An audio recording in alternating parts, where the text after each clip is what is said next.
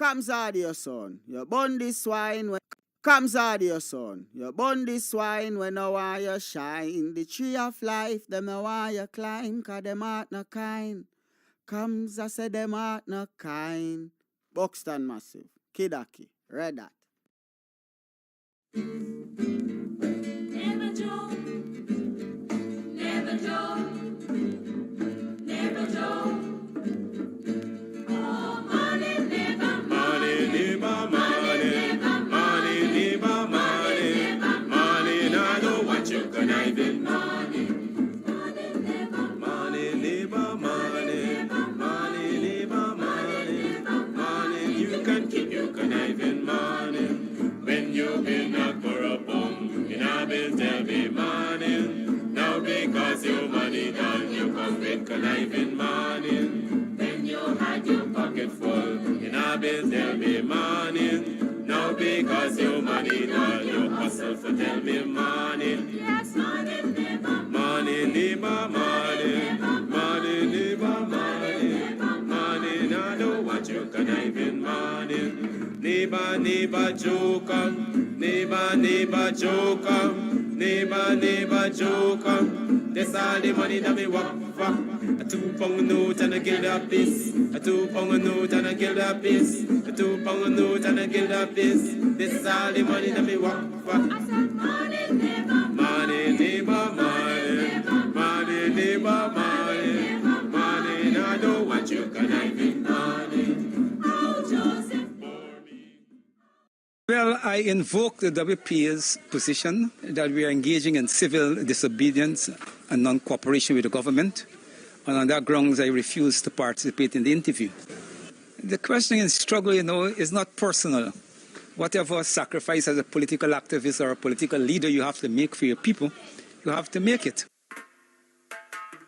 Guyana and Guyanese, at home and abroad. Tune in to Guyanese Morning Time, hosted by Kadaki Amsterdam, where the sun always shines. Guyanese Morning Time, the people calling Guyanese Morning Time. Rhythm, rhythm, Guyanese Morning Time. Intelligence and knowledge run the front line. We go again, Guyanese Morning Time. The people calling Guyanese Morning Time. Rhythm, rhythm, Guyanese Morning Time. Intelligence and knowledge run the front line. We go again. We rise up early morning watching Kams Tv, where wisdom and knowledge, yes, it is the key. Exposing corruptions over land and sea, where the wicked politicians they try to trick me. Guyana is a land for everybody. With 6 races should live in harmony. Is one set of people getting aisle money. Is one set of people doing the thievery. Guyanese Morning Time. The people calling Guyanese Morning Time. Rhythm, rhythm, Guyanese Morning Time. Intelligence and knowledge run the front line. We go again, Guyanese Morning Time. The people calling Guyanese Morning Time. Rhythm, rhythm, Guyanese Morning Time. Intelligence and knowledge run the front line. We go again. This is a program that you all can see, sharing your views and your integrity. Like it, comment and share it all around. Pass it to your neighbor, safe and sound. A sad situation going on in this town. The voice of the people is getting trampled down. Out of the mouths of babes and sucklings, with Jah has ordained me to sing. I sing Guyanese Morning Time. The people calling Guyanese Morning Time. Rhythm, rhythm, Guyanese Morning Time. Intelligence and knowledge run the front line. We go again, Guyanese Morning Time. The people calling Guyanese Morning Time. Rhythm, rhythm, Guyanese Morning Time. Intelligence and knowledge run the front line. We go again. Stop fooling the people. You're promoting evil. Stop lying to the people. You are a part of the cycle. Stop fooling people. You're promoting evil. Stop lying to the people. Politicians. You are a part of the cycle. I say, Guyanese morning time. The people calling Guyanese morning time. Rhythm, Guyanese morning time. Intelligence and knowledge run the front line. We go again, Guyanese morning time. The people calling Guyanese morning time. Rhythm, Guyanese morning time. Intelligence and knowledge run the front line. We go again. They got Breakford, Bork and Mark Benchcop. David Hines and Kadaki Amsterdam. Sherrod Duncan, Nigel London. Normal Brown and Gavin Matthews. Big up Paslow Port People Governor. Simona Brooms, Robin Simpson. Hampton Green and Winston Jordan. And yes, we can go right on and on. Guyanese morning time. The people calling Guyanese morning time. Rhythm, Guyanese morning time. Intelligence and knowledge run the front line. We go again, Guyanese morning time. The people calling Guyanese morning time. Rhythm, Guyanese morning time. Intelligence and knowledge run the front line. We go again. The relatives and friends of young Wyndham Bacchus, they deserve justice. The family, the relatives and friends of our in Boston, they deserve justice. The family, the relatives and friends of Peter Headley, they deserve justice. And so when we say that Guyana is an apartheid state, we have the evidence to show.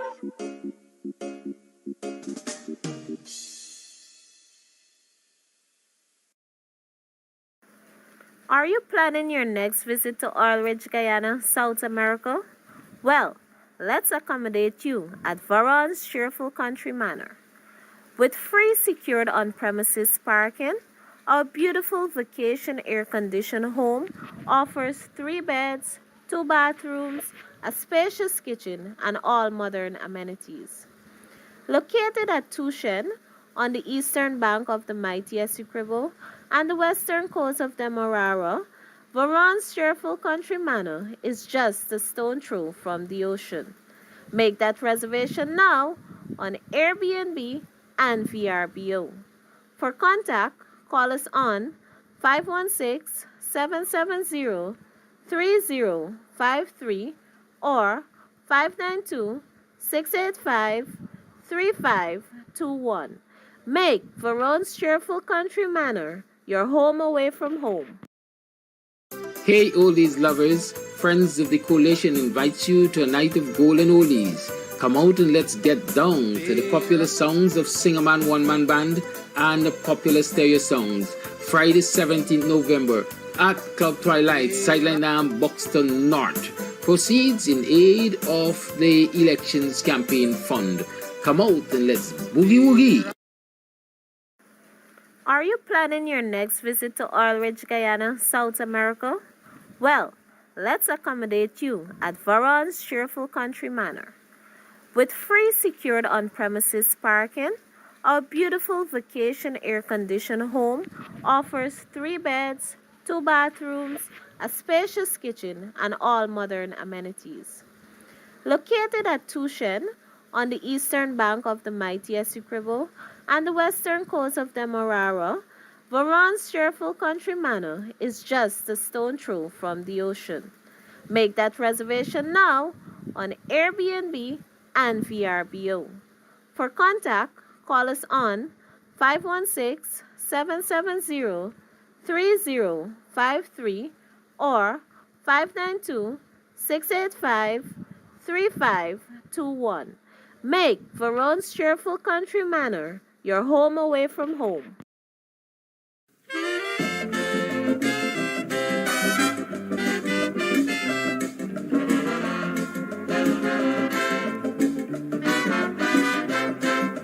You put in a 12-cent meatball, you was gonna lice. I gonna give you a word of advice. Check your meat out my eyes. You can get meat anywhere, but for the best cuts of chicken, beef, pork, mutton, and lots more, check out T&W Harris Butcher Shop, located in the East Renville Market Meat section. Call us on 609-2049. Ask for Rastaman. T and W Harris Butcher Shop brings you the best in fresh cut meats and lots more.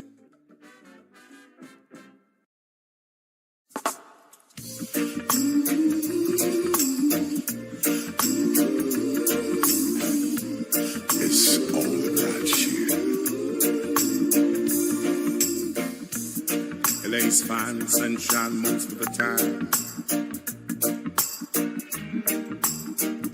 and the feeling is laid back. Palm tree grove, rent so low, don't you know? But I keep working my way back. But I'm a Jamaican boy who's born and raised. Nowadays I'm lost between two shores. LA's fine, but it ain't home. New York is home, but it ain't mine no more.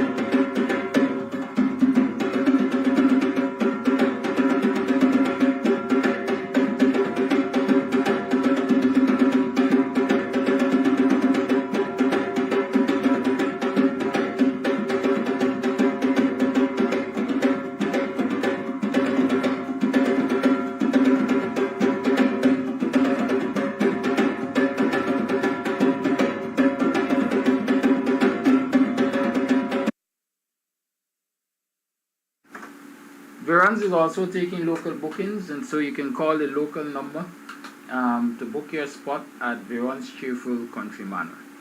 Okay, so hop across there, you see the number on the advertisement. Take note of it when it is playing and so on, and just call and make your booking at Veron's. Spend a weekend, spend a week, spend a month, get some R&R time. Morning. Good morning. Morning, neighbor, morning. Welcome to the program. It's another program of Guyanese Morning Time. It is now 7 hours 32 on the 16th day of November in the year 2023. Welcome to the program. I want to start this morning's program by saying this. Every parent with a child in a secondary school that is graduating, having taken the CSEC examination, and is being told only one parent can attend, should boycott the graduation. Let us start a boycott graduation movement from now until graduations are finished for this year. Boycott graduation. So long as a school has the temerity to tell parents that only one of them can attend their child's graduation, boycott, and encourage others to boycott. Those of us are in their secondary, let us start a boycott graduation movement. I understand, based on a note I saw last night, St. Stanislaus College apparently is attempting the same thing. Boycott graduation. Graduation cannot be successful if parents and students don't attend. And yes, it's a nice, it's a celebratory point in the child's life and all of that. But we have to teach our children to stand up for their rightful deserts. We have to teach our children to stand up for what they deserve. Let us not encourage our children to lie down for anything. They must stand up for something. Right? And so this morning I'm encouraging parents, if the school that your child took the CSEC at is saying only one parent can attend the graduation, encourage everybody, boycott the graduation, because the first year it fails, they're going to fix it. The first year it fails, they're going to fix it. A teacher had the temerity to tell me yesterday that Annandale Secondary has had that policy for the last 13 years. Where were the parents in the last 13 years? Accepting that nonsense. Well, unfortunately or fortunately, my child is graduating this year. And so I made it a public business. It's now public that schools like Annandale Secondary and Blaine Multilateral, and I'm learning St. Stanislaus College and on our whole list of schools, are preventing children from taking more than one parent or relative to the graduation. I said it yesterday, I'm saying it again. I do not believe that a child has the right to take the entire extended family to graduation. But the least acceptable standard is that child must be able to take two persons to graduation. Whether it's two parents, two uncles, and two family members, whatever. That child must know the role those two persons played in his or her life and be free to take them to graduation to celebrate it. Because it is two children, two parents, sorry. Two parents. It takes two parents to make one picnic.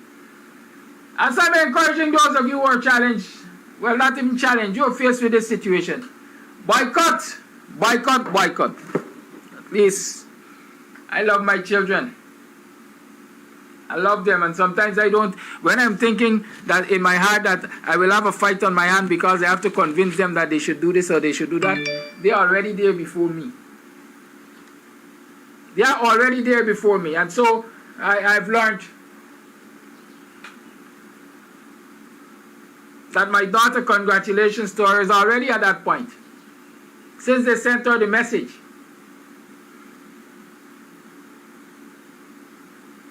She already decided, me?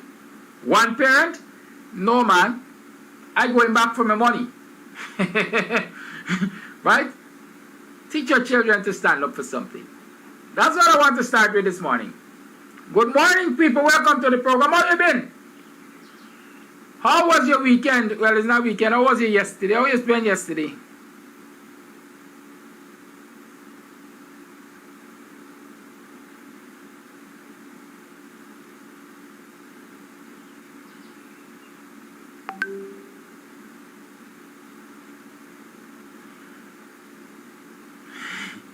How was your... How you spent yesterday?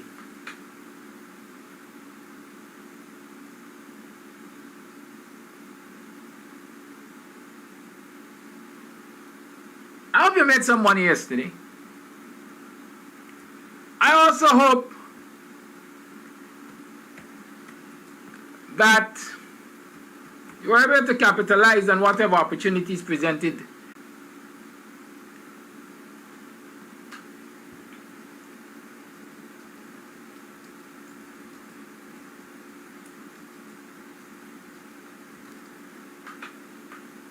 The word capitalize is bad, or capitalism is bad.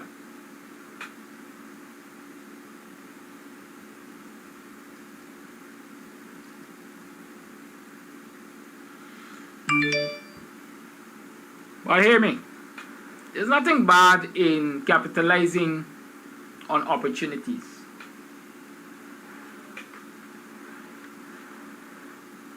But remember that in capitalizing on opportunities, you don't kick a brother or a sister or anybody, as a matter of fact. When they're done. So there's a difference between capitalizing capitalizing on an opportunity and taking advantage of someone. I will not encourage you to take advantage of anyone. But when opportunity presents themselves, opportunities present themselves, capitalize. As they say, make hay while the sun shines. Make hay while the sun shines. Good? So keep that in mind. I noticed, you know, they say nothing lasts forever. Nothing lasts forever. It's all the changing scenes of life, or changing tides of life, whatever you want to interpret it as. I noticed for the last 6 weeks or so, I have a lemon plant in my yard, a lemon tree. Planted it and I waited a couple of years, perhaps about 3 years. Do you know there's some trees when you plant them, they take forever to grow or to bear? You have to do the research, otherwise you'll cut them down, thinking that they're barren. They're making sense, they're like the fig tree, right? Citrus takes at least 3 years, based on my research, to bear fruit. And it depends on the propagation type, or propagation method. Yes, that's the propagation method. Right, I understand there is a plant that is called the Chinese bamboo. Can't remember if that's the exact name. You will plant it in the ground, then you will water it and water it and water it and water it for 3, 4, 5 years, I think. And when you're thinking that you're wasting time, it will suddenly explode into growth. Right? Why am I saying that to you? I noticed the lemon tree, all the leaves, or not all, 99%, more than 80% of the leaves on the lemon tree dried up and fell off. So, well, I guess lemon tree gonna give up the ghost. Right? This time I'm getting a few lemons from it and so on. And so when the weather got this lemon tree bad, man, all I will pour water on the root and so on, this lemon tree ain't flourishing.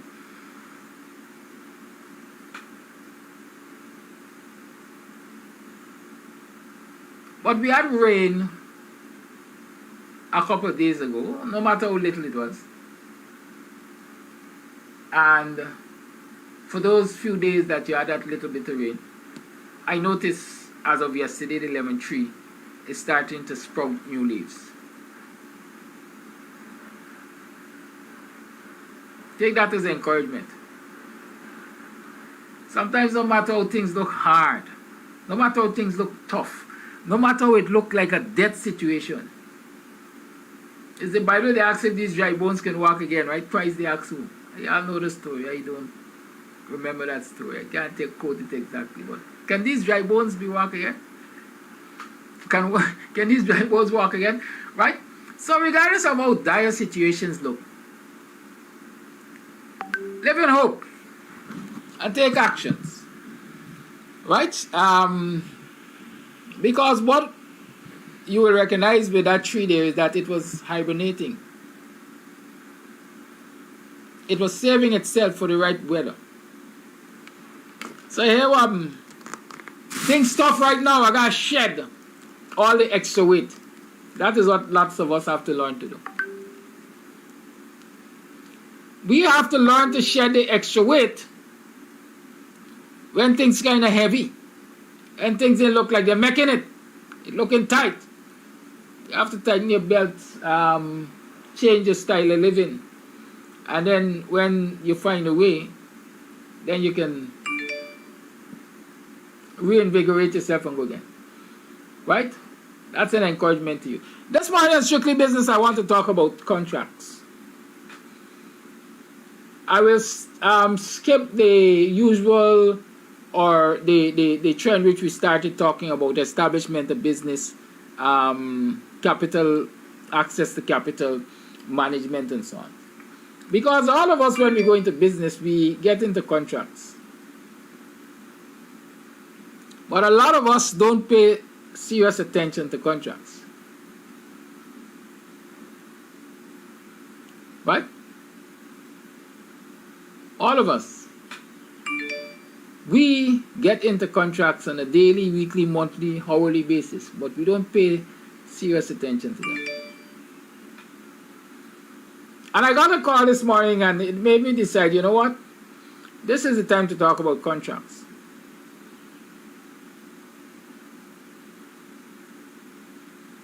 So let's talk about contracts. What do you understand a contract to be? It's a legally binding arrangement.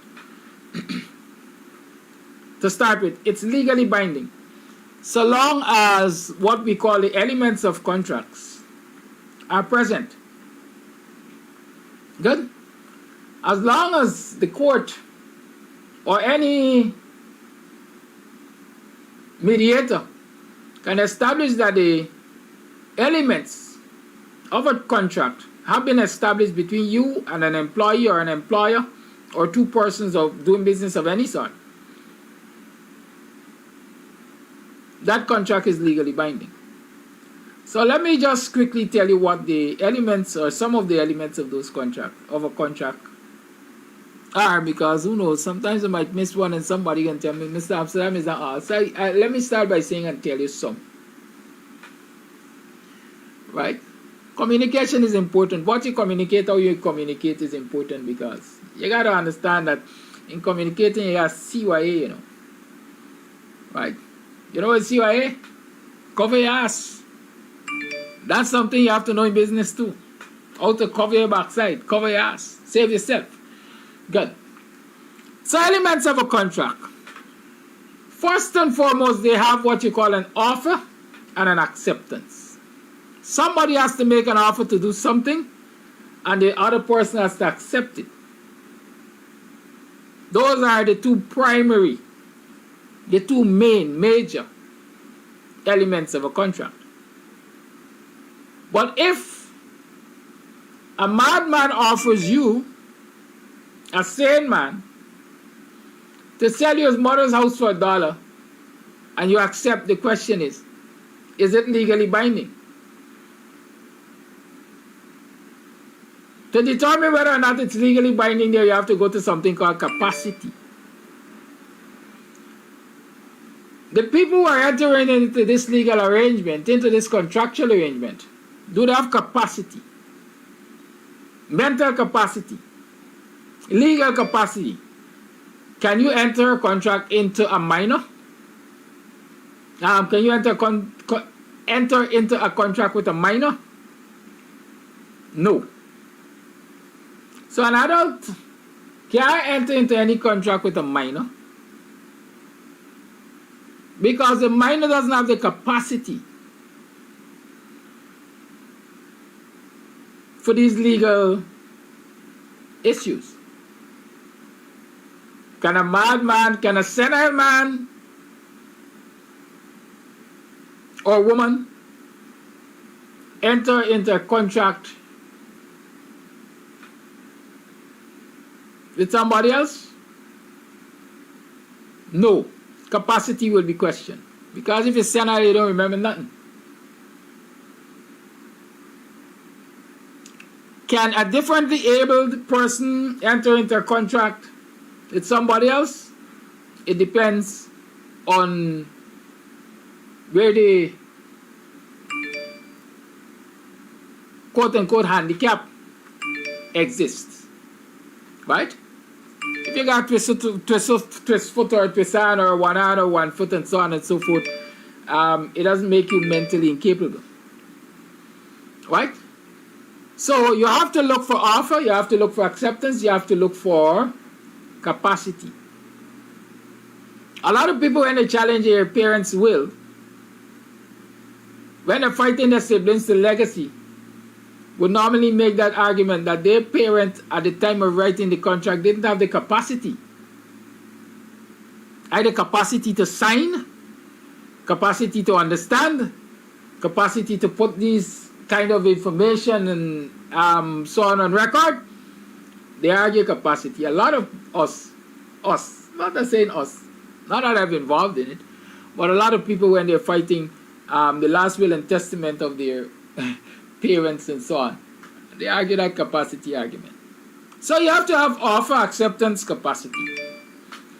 But offer, acceptance, and capacity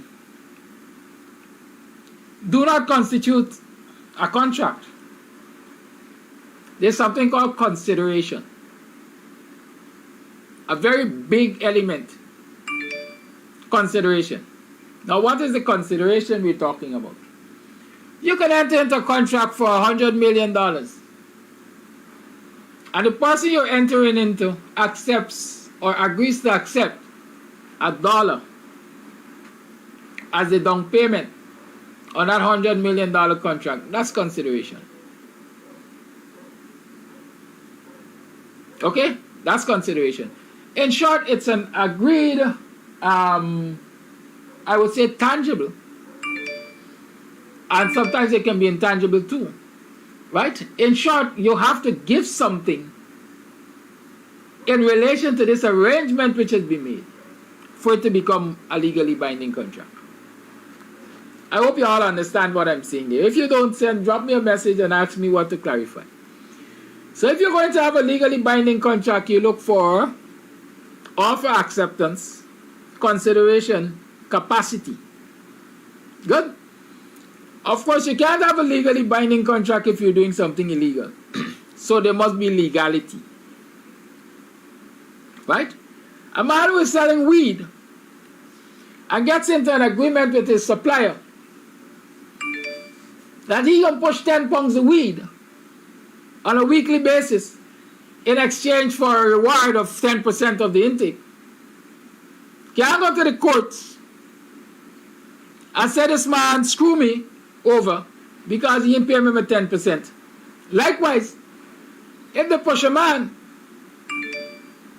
misappropriates the weed or the proceeds from selling the weed, the supplier can't go to the courts and say this man screw me over because he sell out my weed and smoke out the money. He get high on his own supply and so on and so forth. Understand that? You must have legality. So you can't enter a contract for something illegal. You can't have somebody pay you $100 million to murder the wife because they're fed up with them. Or because they want sole control of the business. And you consider that a legally binding contract. Because if you don't execute, then you can't go to the court because you first and foremost entered into an agreement for an illegality. So you can't have a legally binding contract for illegal things. Those are the elements of a contract that are important in my mind. Well, not in my mind, for my learning. I'm now teaching, right? So understand that. Why am I taking you through this boring discussion this morning about contracts and elements of a contract? So that you can be aware. A lot of people have lost a lot of money and they have lost a lot of value. And in some instances, they could very well lose their freedom because they don't understand what they're getting into when they do business with people. Right? Let me give you an example. The other day I hired a young man and said, listen, I want somebody to do some concrete blocks to me. 30 sacks of cement. Say, yeah, I could do the work, I can do the work, this is going to be the charge and so on and so forth. I got my materials. Guy started working. He worked 1 day or 2 days. Unfortunately, his father died. Once his father died, he did not work for a week or so. He said, well, you know, I got to look after my father and so burial and thing and thing and thing.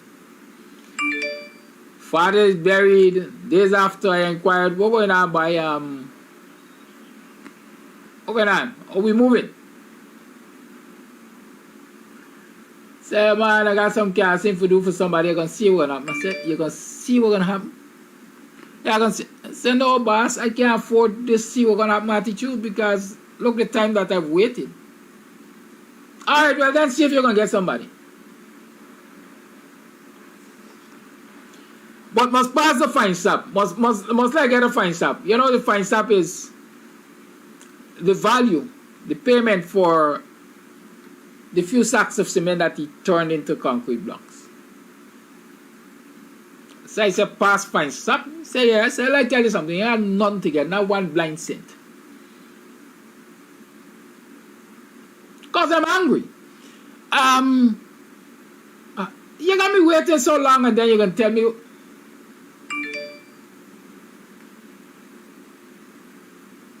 You know, so you gotta, why, Mr. Amsterdam, why you got nothing to get? Because you failed to complete the job that you took. Now, a lot of people say, Mr. Amsterdam, you're mean. Mr. Amsterdam, you're rough. Mr. Amsterdam, you're wicked. But we live in a society where people believe that it is okay to enter into a legally binding agreement with somebody. And then at a whim, they just don't, ain't in the mood, they just don't feel like honoring their end of the agreement. But the other person must honor their end of the agreement. I hire you to do 30, 40, 50, 60 sacks of cement, whatever. And if you do 2, you breach the agreement. But that's normal in Guyanese society, and perhaps, I don't know if it's normal in the West Indian society, but definitely it's normal in the Guyanese society. People enter into agreements to do things. They relegate. They fail to do them. And then they believe that the other person owes them something. I'll give you all another example. Right? I'll give you all another example. Years ago, I've always been in the arts. I always hosted concerts and so on. And this year in particular, I was doing a concert and dance. And I hired a popular one-man band. Spoke to this man since in December, right?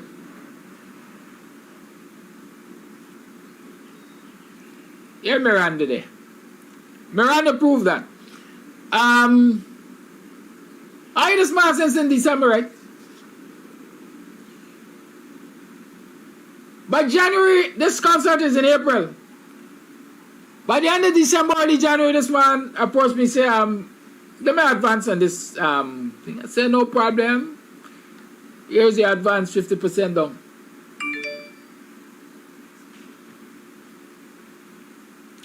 Now come April month, I'm advertising this man as part of the evenings, performances and so on. I'm advertising leading up to April. I hear other people advertising this man. I calling this man, I ain't getting this man, calling this man, I ain't getting this man. Close to the date, I got the man tell me, why I been in the islands, I been in Antigua or somewhere. I had some jobs over there. But don't worry, the other man was advertising.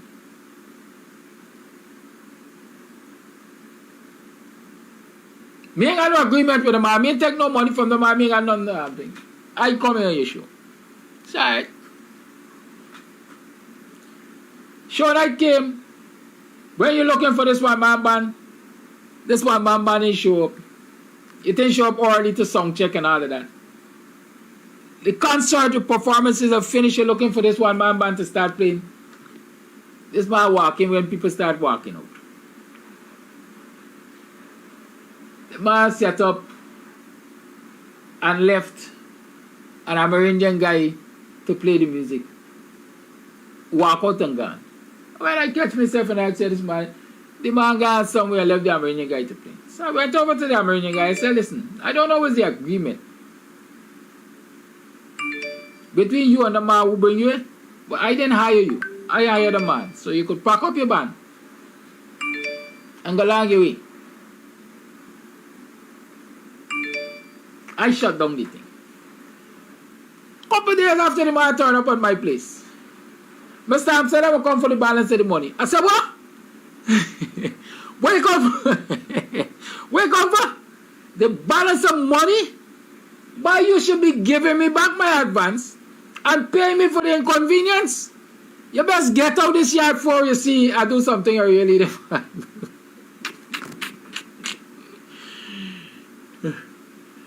A couple months after, somebody cut you across your face. In Pleasance. In Pleasance, man only done a beat you and cut you across your face. So the same attitude. I didn't do that. I knew he was in breach. I knew there was damage. But I got a small claims court you could go to in this country and get justice in a short period of time. It will cost you more than you're going to court for anyhow.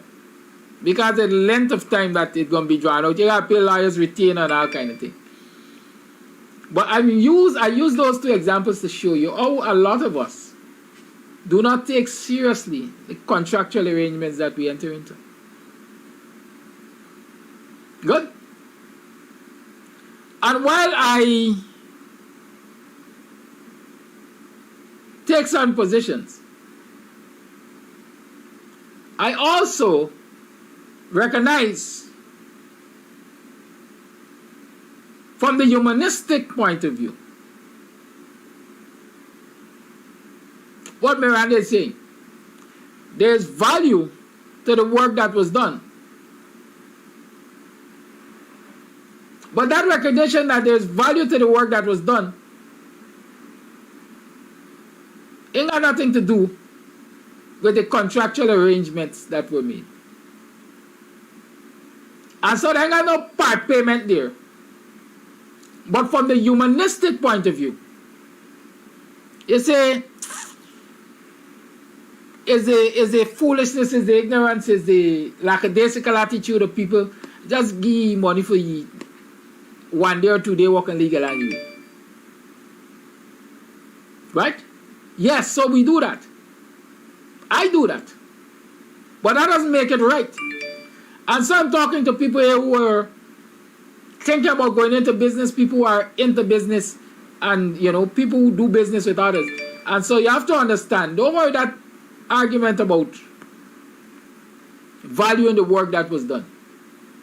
Because I'm going to get to an aspect of contract where you're going to recognize there's no value in the work that was done. You lose that value because you breach your contract.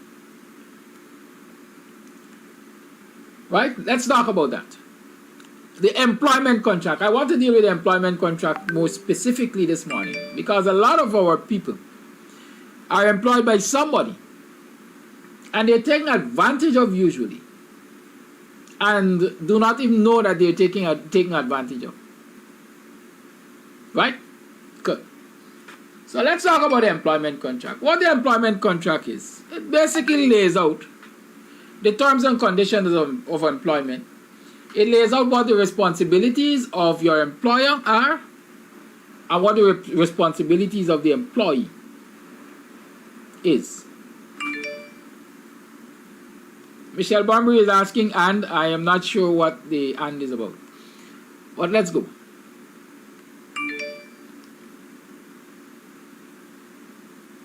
When you enter into an employment contract, it outlines things like the terms and conditions of work, what are the hours of work, how much you should be paid for the work, what are your responsibilities, what are the rules or the policies under which you're working on them. Right? Keep that in mind. It lays out what the employer's responsibilities are, what date you will be paid, what are the benefits you're going to have, what are the conditions under the plant conditions under which you're expected to function, and so on.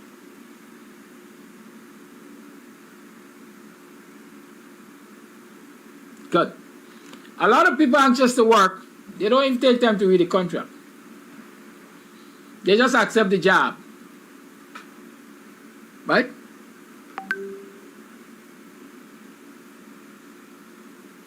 You just accept the job.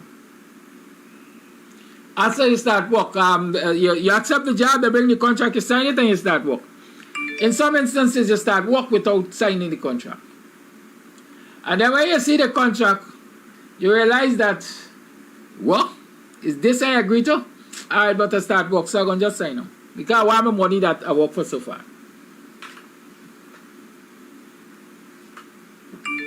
Sometimes we're making grave errors by not taking our time to understand these things.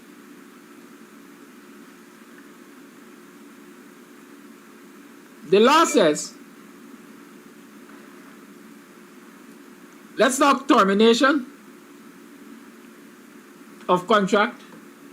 A termination of an employment contract could either be dismissal or mutual consent. Right? Let's talk termination. Because there's a big man affecting a lot of people in this society right now. If your employer is going to dismiss you, the standard accepted by the law of contracts, employment contracts, is that you're entitled to notice equivalent to your pay period. You are entitled to notice equivalent to your pay period. What does that mean? If you're being paid weekly, then you have to get a minimum of a week's notice in advance that we will let you go. If you're paid fortnightly, again, you have to get a minimum of a fortnight's notice. Monthly, a minimum of a month's notice. So whatever your pay period is, your employer has an obligation to give you that number of days in notice that you're going to be laid off. But remember, contract is a two-way thing.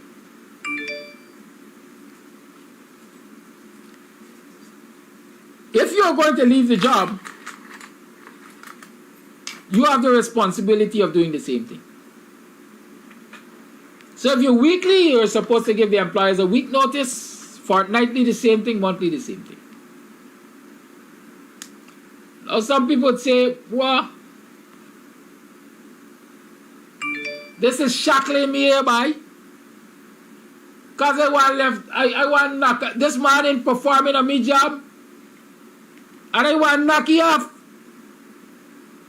But if I give him a week or a fortnight or a month's notice, he knows that I gonna knock you off and this man could do a lot of damage to me. Either get more lazy or you get vindictive and damage my equipment and so on. So I don't want to give this man no notice. The employee might be thinking, why I want to let this man work? But if I give you a week's notice or a fortnight or a month's notice, This man might be wicked to me and just stress me out. How do I get out of that? As employer or employee, there's something that's called in lieu of pay, in lieu of notice. LIEU, in lieu of notice. Payment in lieu of notice. So if I want to dismiss you and I don't want to give you notice, I pay you for the period that you should have been given notice for. So instead of giving you a week's notice, I give you a week's pay. And say I'm dismissing you. This is in lieu of your notice. Hasta la vista. Hasta luego. Vamos. Ate. Ciao.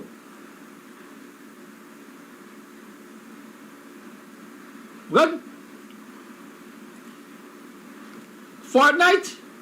I give you a fortnight's pay and say, I'm letting you go. Month, I do the same thing again, month's pay and say, I'm letting you go. That's from the point of the employer. Contract is a two-way thing. It's between two people. So if the employer has to pay in lieu of notice, why does the employee believe that he or she could just walk off the job and don't pay? The employee has the same responsibility to either give notice or pay for the period that you should have given notice. I bet a lot of you don't know that. And so people are, what? Employee got pay employer if the one left the work? Yes. The employee is obligated to give notice or payment in lieu of notice. It is for that lack of knowledge that a lot of people end up with depression. Because let me give you this scenario. I work for 29 days with my employer. In 2 days' time, I will get paid. In 2 days' time is my payday. And the employer aggravates me, and I tell him about him more than the old generation, and I walk off the job or quit. And after pay date, which is 2 days after I quit, I turn up to the bank and there's no money there for me. A month after I check, there's no money. 2 months after I check, there's no money. And I go into the employer and I say, what happened? What happened to my 29 days pay that you owe me? I owe you 29 days pay, but you walk off the job, me ain't got none for you. Oh, you say you ain't got none for me, brother, and I work for 29 days. A lot of employees don't take the time to explain to the employee, you breached the contract. If you wanted to leave the job, you were supposed to give me a month's notice. And in lieu of a month's notice, you were supposed to pay me a month's pay. And so since you didn't give me notice and you walked off the job, that is why I hold on to the money that I have for you. And if you bother me, I'm going to go to court for get the rest. Because the 29 days pay doesn't cover a month. And so when people are confronted with that, they don't understand why the employer has not paid them for the money for the period that they worked before quitting on him or her. And they go to the Ministry of Labor, only for the Ministry of Labor tell them, we can't help you. And then they don't understand why the Ministry of Labor can't help them. Because they don't understand the law, the employment contract.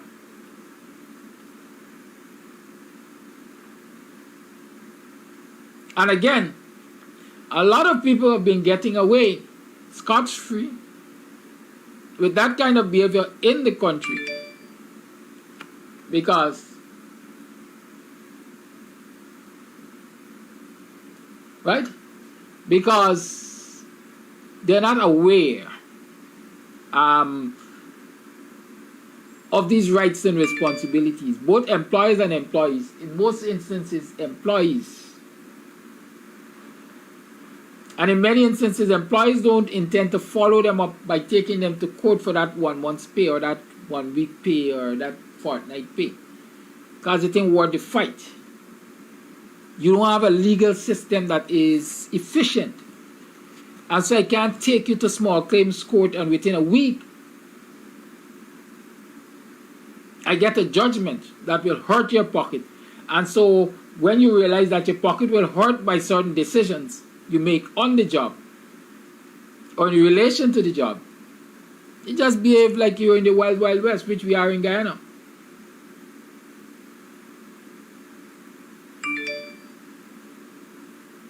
So employees ain't going to carry you to court for the money because they're going to take too much out of them. And employees, in many instances, will not take an employee to court because, again, it takes too much out of them. But a lot of employees are being abused in this society by the employers just telling them, hey, come off me work site. Don't come back here. Right? I learned this morning of an employer who beat up an employee and put him out the work site. Refused to pay. The employee take he beat up and he gone. Employer feel he's a big bad John. I understand well connected to the government. Good? But citizens need to understand these rights and responsibilities and decide to stand up for them. Otherwise, we're going to continue to have abuses such as these happening. Let's talk about, somebody's asking why many employer contract says they can terminate works without any explanation. Remember I said contracts have terms and conditions. And those terms and conditions have to be agreed upon by both parties. And you agree to a term or condition in a contract by signing. That signature is an indication of your agreement to the terms and conditions.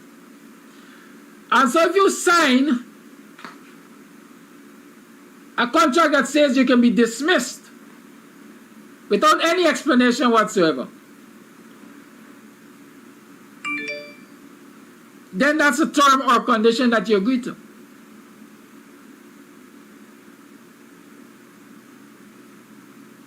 I think these government contracts, these part-time contracts, whatever they call them, in the public service, have a condition that, I think they can terminate you, they can dismiss you without that kind of explanation or something. If I pull my public service contract, I might see it. I don't know where they do.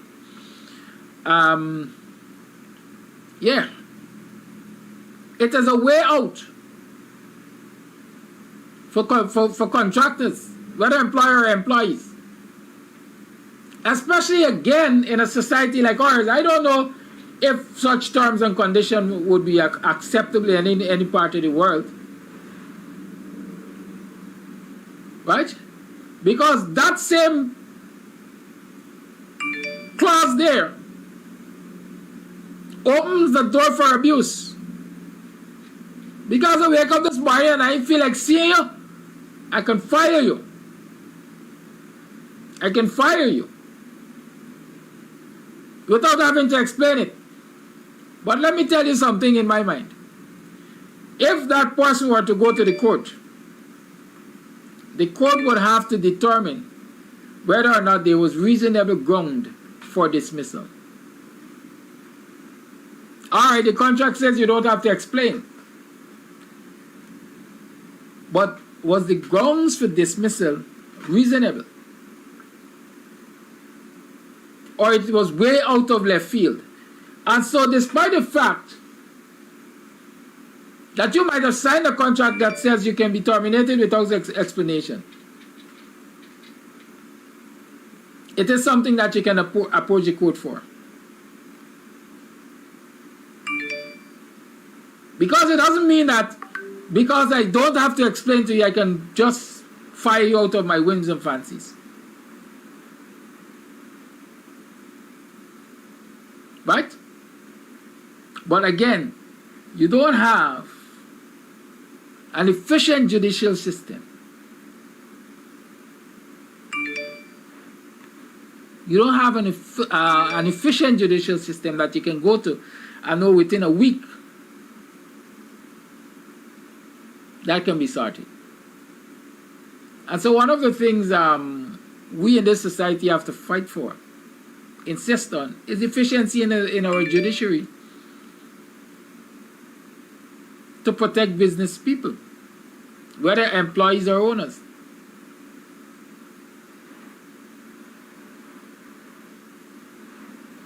We have to educate ourselves about the norms and mores of society when it comes to employment.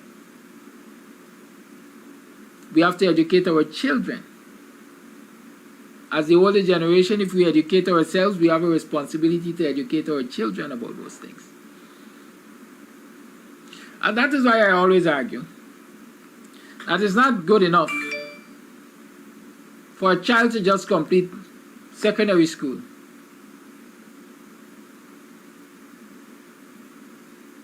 and be forced into the world of work. For me, tertiary education to some degree is necessary or is important. If you ask me, every child, I know they teach principles of business in schools, but I don't know how many of these teachers in the schools spend time to use principles of business as a platform to prepare their students for the world of work.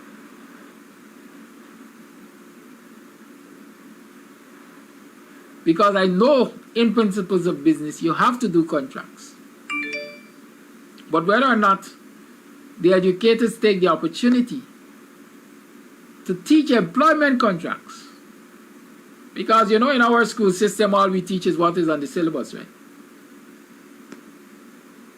We don't look at education in the wider sense that we're preparing these young minds for the world of work.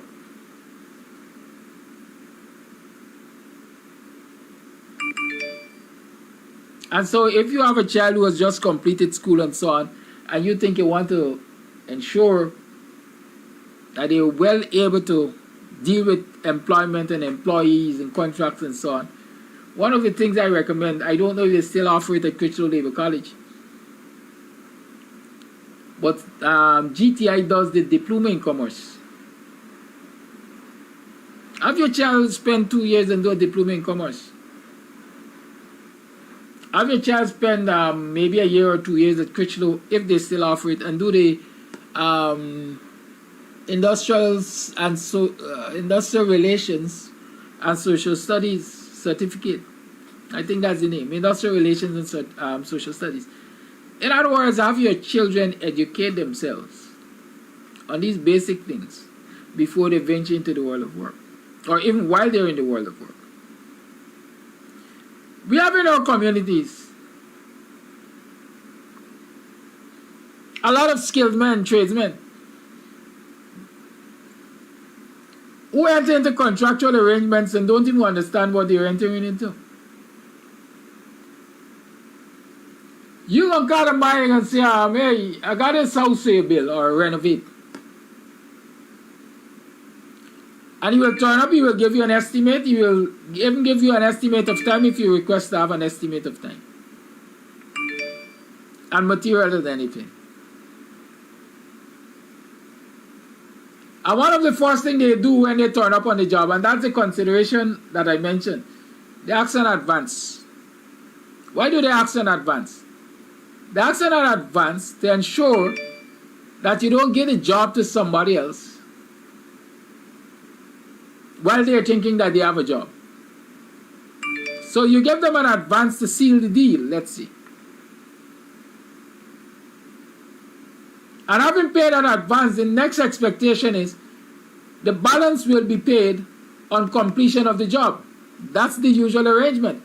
Unless it's a protracted job And so the arrangements will be made that you will be paid according to the percentage of work that you completed. In government's contract, and in our contracts, quite frankly, for construction, you have what you call measured works.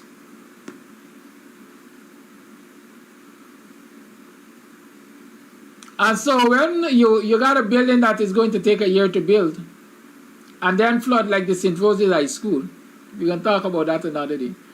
But you have a building, a construction that is going to be extended. The contractor has people to pay, the workers have to be paid. And so you can't wait until the job is completed. You have to pay at intervals. You determine how much to pay according to the measurements. So you have a clerk of work, you might have a consultancy company that does the clerk of working for you. And so every week, every month, dependent on pay periods, you go and you measure the work, you value it, you prepare a report or a certificate of payment, and so the contractor gets X amount of that money. For those of you who are thinking about going into government contracts, take note of that. Right? You get measured works. So the consultant comes, they measure the work, they put a value to it, submits it to whoever they have to report to, and they act on that certificate of payment, and you get paid.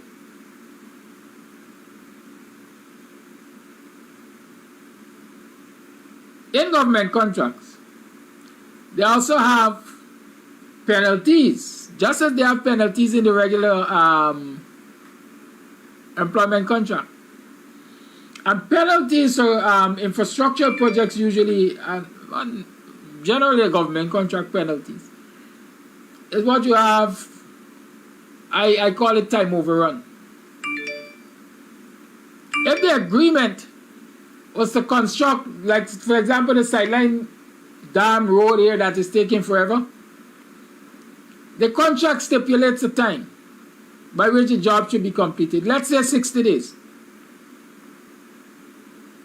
There's a clause there that says, for every day over 60 days, the contractor will be required to pay a penalty of 1%, 2%, whatever, of the contract. And so when you have all of these contracts, government contracts I'm talking about here now, that you see are way beyond the completion date, save and except that their political friends have been giving them extensions, a lot of those contractors should be broke. A lot of contractors should be broke for time overrun. But usually in this society, again, when they have this time overrun, they talk to a friend who knows a friend, and they get an extension, a letter of extension, and a letter of extension, and a letter of extension. Like the Bamia Secondary School, I'm sure they've had a lot of extensions there.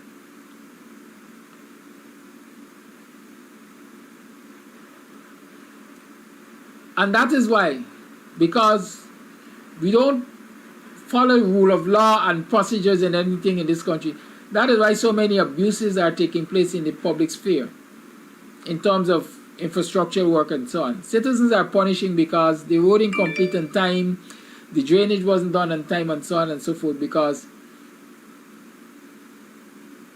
those who have the oversight authority are not keeping contractors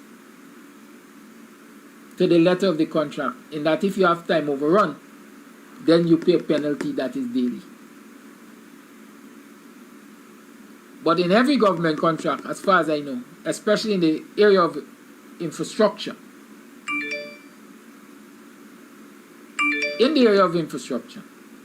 there is that clause. But if I'm in corrupt practice, and I gotta get a kickback from the contract, or I could punish the contractor. And that's another reason why contracts are overrunning in terms of time, because the contractors know very well They got no penalty to face. Because if they face penalty, the man who got to get a kickback, no, he can get less. It's 27 minutes past 8 o'clock hour. The lines are open. Let's talk contracts. Let's talk business. You can call and make a sales pitch for whatever you're selling. In short, you can advertise your products and services. Even now, when you make the calls. The lines are open. 6225933 is the number to call. Flash Gordon, like you just got this phone on speed dial by. Again, asking you. You ain't answering me. Call it live. Yes, good morning. Good morning to you and all my black brothers and sisters in the. Do you know charities begins at home? You're talking about contract. Did you send out my contract to my workers then for tomorrow night? Yes, I've done so, to the best of my ability. Those who I found, I did. Thank you very much. So I will sign your contract today so you could get it back for tomorrow. Very well. Now let's move on. I want to mention certain things, man. I love to give credit where credit belongs to. And that sister last night on Mrs. Davis' show, she delivered. It was short and spicy. And I like how she reminds you that when she was up against the coalition, it was nice and good for him. But now it's different time. I like how she praises each of them and encourage them to stay in and continue to do the good job for the children them of Guyanese. I like how she put out her works. And never, Uncle Flash don't listen to her, but Uncle Flash will start to listen to her because I like listening to programs like that. I give 1,000 credit, my sister. I will start listening to you. Now, let Uncle Flash move on. I mentioned something Monday. And I'm going to mention it today again. I say this, that Sadio is waiting for Mr. Arden Norton. Flash. That's very important. Flash Garden. Today is strictly business. Tomorrow is Free Talk Friday. Are we talking business here? Tomorrow in promise to Uncle Flash? Uncle Flash, all of us tomorrow is not promised to, even me. But today I talking business. I sure you want to tell you must have time and place. There's a season for everything. Have a good day. Unless you're talking business. The lines remain open. 6225933 is the number to call. Discipline is an important aspect of business. You gotta get discipline. If you ain't got discipline, I got a friend that say you're gonna end up seemingly busy. Now that you're doing business, you end up seemingly busy. Because you're running around, but in discipline, you ain't getting nothing done. Call A Life. Good morning to you, Brother Kadaki, and all of you, the listeners, everyone in diaspora. I like the wording he uses and the advice when he's telling people, especially business people who enter into contractual arrangements, that they must know their rights and also their obligations. That's very, very important, right? Because those scenarios that you explained first, with the guy with the cement and the other guy with the entertainer guy. Let's look at this in this way here now. This is where your obligation is very important. Let's say I have a minibus and I have a contractual arrangement with some people where I'm dropping them to work at a certain time in the mornings and bringing them home, and also taking the kids to school. My bus breaks down and needs fixing. I get a mechanic and give him a contract to fix the bus. He takes an advance from me, and also I would bought some parts. He doesn't finish the job in time. Now, I'm obligated to these people, my customers, my clients, whoever you want to call them, I might have already collected advance from these people. So now he cannot deliver the bus in time for me to drop him to work. Remember, that's very important at the school. I have a time. I have time to deal with here. Time is of the essence here. So if he doesn't do my work, he doesn't finish my bus. Therefore, then I'm in breach of contract with my customers as well, my client as well. So with that, you have to consider you also have to consider the losses in regards to timings for me to deliver for my clients, and losses in regards to I may have to pay them back the monies and all these kind of things. So I mean, you didn't really mention that, but those are all things that those where the obligation comes in, and where you need the people need to understand that you can't just take people's money like that, and you do the job halfway or whatever, but you have to finish it on time because these people have obligations as well. I'm going to give you a scenario. I recently had a situation where I had to move some stuff, and I know what I had to the size of the stuff that I had to move. I know what it will require. I know the size of the truck it will require and all this kind of stuff. I said to the person I was talking to, I said, I need this size of truck. You have this size of truck? He said yes. I said it will require a couple of trips.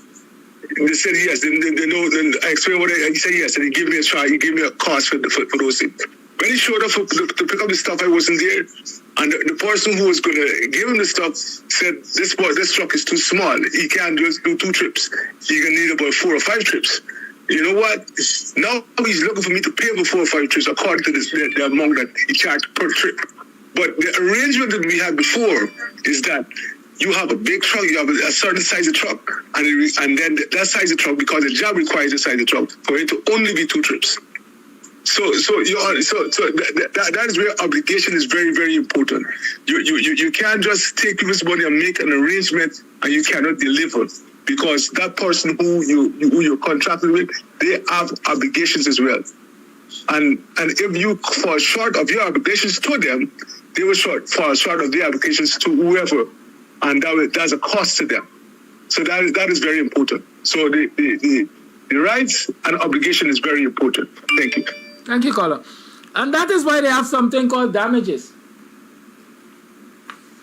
Right? Like the caller rightly said, if you are contracted to transport people and your vehicle is incapacitated, you have a responsibility to find a replacement immediately to fulfill your contractual obligations.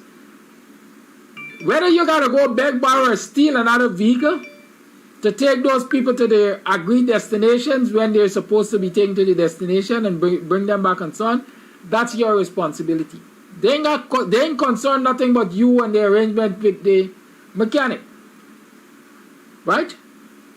Because if you fail, call on the line, if you fail to uphold your end of the bargain, as we call it, then those clients of yours can seek legal redress. Again, if you had an efficient judicial system in this country, especially in the area of small claims, then a lot of people would have realized that the stupidness that they usually do can't work. Right?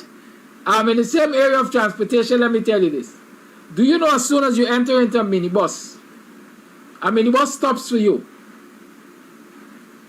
offers to take you to Georgetown, because you ask if you're going to Georgetown, yes, you accept that offer, you get into the bus. There's a contractual obligation immediately. Your agreement is to pay the driver or the conductor. The transportation provider agreement is to take you to destination. So if that bus breaks down halfway, they got 2 options. They can put you on another bus and you're responsible for paying the full fare because your journey was completed based on that contractual arrangement. Or they allow you to go away with that fare because they are in breach of that contract. So using that same scenario, Miranda, you justify this percentage payment. Right? You justify this percentage payment. But again, a lot of us don't understand these things. And I said that is why there is damages. When you file for a breach of contract against anybody, part of the remedy, they got remedies like specific performance, as in that you got to do what you say you're going to do. Some people ask for specific performance, in that the court must order you to do what you were contracted to do.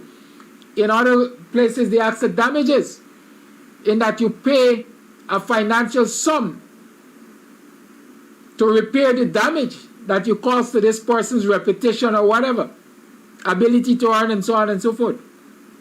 Good? It's not master class. It's an introductory class, if you want to call it that. You know where to find the master class. At least I'm whetting your appetite. If you are diligent, you will go look for the rest. Call it live. Good morning. Morning, sir. I gonna give a master class now in business and never teach it in university. Call it all the line. I just remember something. Y'all see a shirt out of a jersey all the time, a t-shirt? You see this t-shirt here? The first 5 persons who orders 3 or more tickets to the Oldies will get one of this t-shirts shipped to them free of cost. If you order 3 or more tickets to the Oldies, you will get one of these t-shirts shipped to you free of cost. The first 5 persons. Right? Caller, go ahead. Good. Thanks for advertising that. I will come to that when I finish this. But this here is an advice that you will never get. They'll never see it in a business class. Never see it in no professor will never, ever, ever teach you this. No business class or anything. Mentors might tell them. But this here is simple. Profits are better than wages. Right? Wages make you a living. Profit make you a fortune. So it's okay to work full time on your job, right? Where you make a living, and part time on your fortune.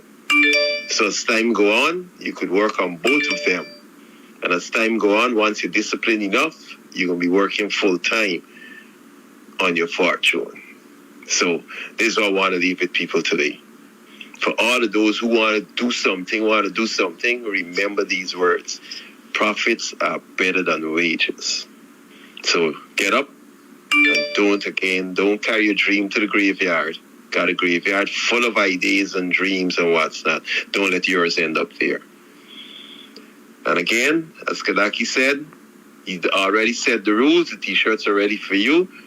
Once you pay him, today is the deal. So Kadaki sell some tickets today. Thank you, caller. Well, Curtis George, the caller answered. There's an offer and acceptance in the same call. The caller answered. Curtis is asking what about people who already ordered. That offer was available for today. And it's a today only offer. Right? Call it.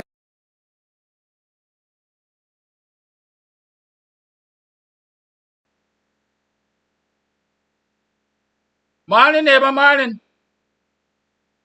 Morning, are you morning? Welcome to another program of Guyanese Morning Time. It is now 7:30.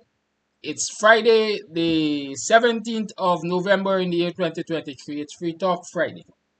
You have a call on the line. Caller, go ahead.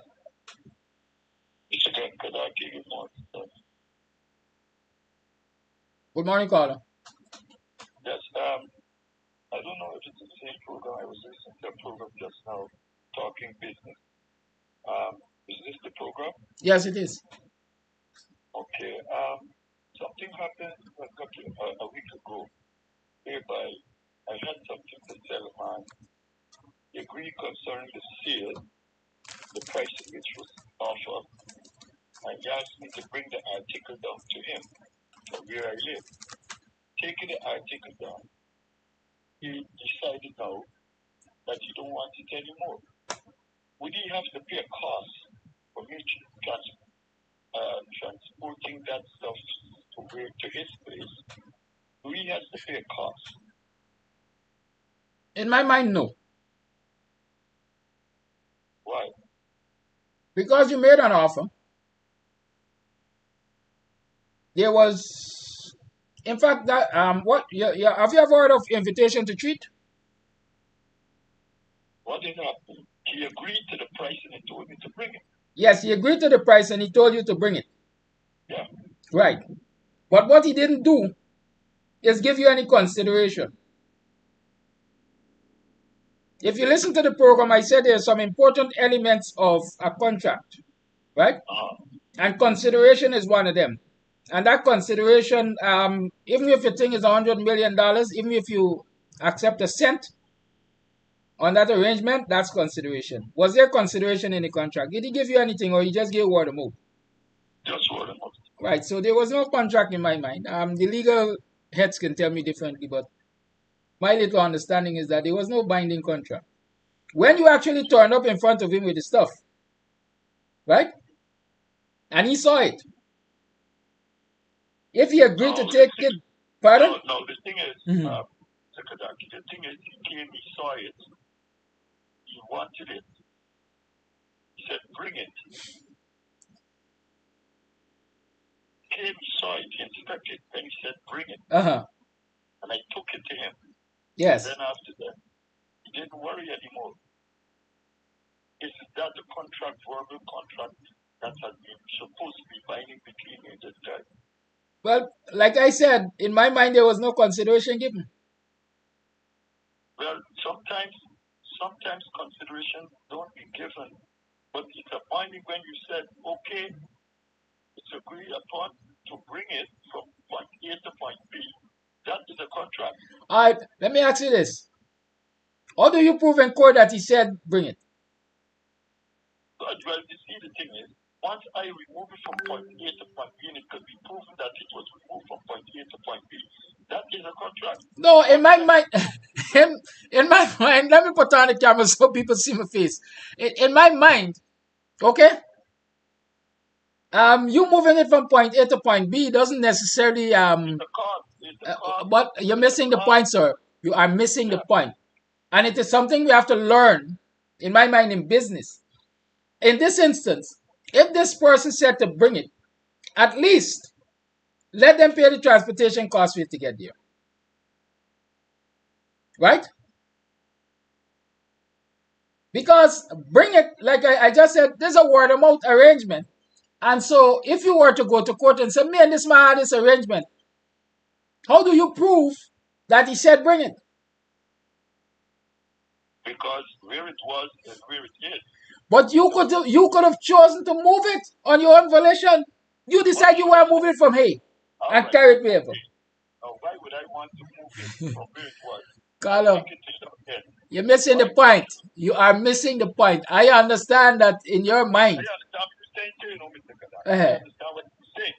But I'm just showing you where certain contracts between two people, where it could be in a form whereby, yes, it was, and yes, it wasn't. But the point is, would I take my thing from point A and carry to point B without something being arranged? Suppose now the man say he misunderstood what he said to you. Oh, I misunderstood. I misunderstood and I bring it. And I tell you, let me tell you something. You see, in this life of business, right? Yeah. They got verbal arrangement. Yes, they are verbal contracts. Yes. But the question is this. The question is this. Don't you believe that verbal contracts require the same what I call them? The same elements? Huh? You need proof. Verbal contracts require the same elements. Because hear me, they require the same elements, and we ought to be more vigilant for those elements because they're harder to prove that they exist. A verbal contract, for example, would be easily proven perhaps if you had somebody who was present, a third party. Good, you take the part. I was saying witness. Now here it is. Here it is. That individual, right? Once there's a witness whereby that verbal contract was made, you understand, action could be taken. You see, that's what happened now. Some people feel to themselves, they're so smart. Now, when I say to use the word they're so smart, it's because here it is, they may say to you, oh, do this. or do that. That's why you see I normally do recordings when I do certain verbal contracts. I do recordings because number one, you may not have a witness at the dead time to verify that this arrangement was made, but you do record it. You see, people don't know. There are different ways in which to tie an arrangement. You understand? And when it is verbal, you do a recording because you may not have a witness, and that could stand up in court because it will be there to verify. Do you do your recording with or without the person's consent? Huh? Do you do your recording with or without the person's consent? With or without? Yeah. Whether you do it with or without, it's for your thing. That's with or without. Because if I go to say in court, look, this man made this contract, what do you have to prove it? And I present that.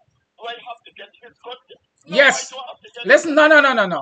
In some states, and I want to believe it's quite possible in Guyana too with the Cybercrime Act. Okay? You have to get people's consent to record them. Don't quote me on that for Guyana, but I believe it exists in Guyana that you have to get people's consent to record them. Okay? But definitely in the United States and Europe and so on, I'm sure that in some parts of the world, you definitely got to get people's consent to record it. But you see, I can tell you why it is here in Guyana, because people dealing a lot of skullduggery in Guyana, so they want to have the shortcut in any way, in anything. They're looking for the shortcut because they know they will not be chastised. That's why they look for these no shortcuts when they're doing things. But you see, out of here, out of Guyana, it's a different scenario. And this is where you see a lot of people running away with in Guyana, forcing them to do the things they're doing in Guyana. You understand? Even in the government sector, these things, and they continue to do it. And I heard you were saying earlier, you were speaking on whereby contracts were made saying that anyone could take their contract at any given time, just a blue notice, 1 month notice of blue. But I'm saying here, right? These people set these contracts for their benefit because what they find, as you said earlier, that person should be more learned concerning these things when they're getting into it. And this is happening out of ignorance.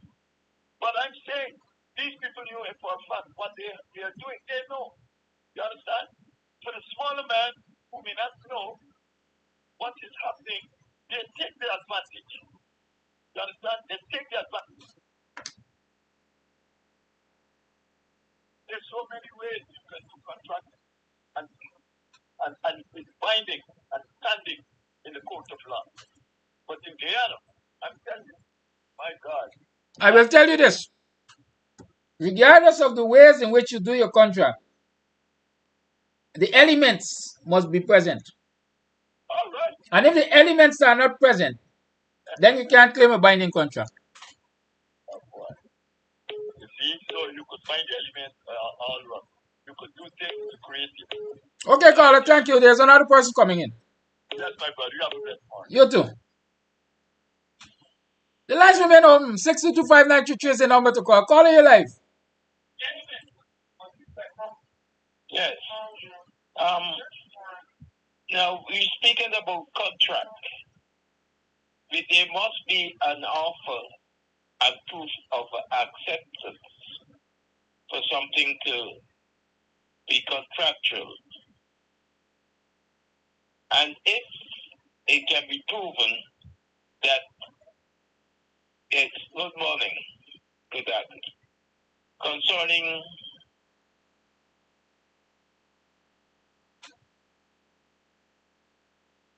Caller. an acceptance. And I think in that case, it's easy to prove there was acceptance. How do you prove it? The only thing that the guy could have done, the case of the man said when he he and the other fella had the arrangement to him to take something to him. I bet he got there, he said he didn't want it any longer. But in making that arrangement, he could have said to him, well, it will cost you so much. Are you willing to pay for it? And if he had said yes, and they agreed upon a price, and when he took it, he said he didn't want it any longer. It meant that he broke the contract. Call, I disagree with you again. I disagree with you, right? Go ahead. Because I am saying that the elements of a contract, there must be offer and acceptance. You have offer and acceptance, but there are other elements, right? The other elements are capacity and consideration. Those are two others. Wait, let me finish. Consideration is extremely important for a contract to be binding. Because you can show me something, you can offer me something, I can say I will take it. Right? But I did not give you anything that can be classified as consideration to bind this deal. You know, somebody usually if you go to a store, that is why when you go to stores and they say you might see a table, for example, say I want this table, and the store owner tell you pay down something on it. Right?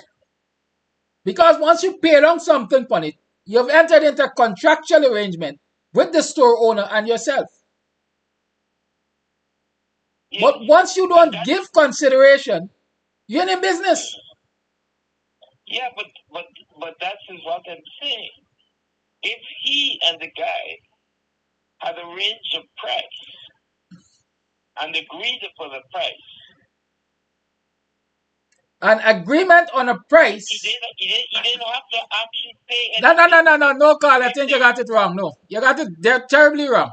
You have to pay something. What do you think? Okay, let me take you down this road. When you sign a contract with any person or institution, they ask you for at least a $1 revenue stamp. Right. And who usually has to provide a stamp? Well, it's the seller. Is the seller? The person who is making the offer. No, as far as I know, well, I can't remember clearly. But that's what that stamp is to show what you might determine consideration. Exactly, that's my point. It's showing that it is legal because you're paying a stamp as revenue. Good. So that stamp is recognizing that the legality of it. So let's transfer that same reasoning to this situation. I came to you. I saw something that you got. You tell me a price. I say I'm going to take it, man. You could bring it by me. Right? I ain't give you nothing except word. Yes. And so when you turn up, by the time you turn up, I decide, listen, me want anything no more.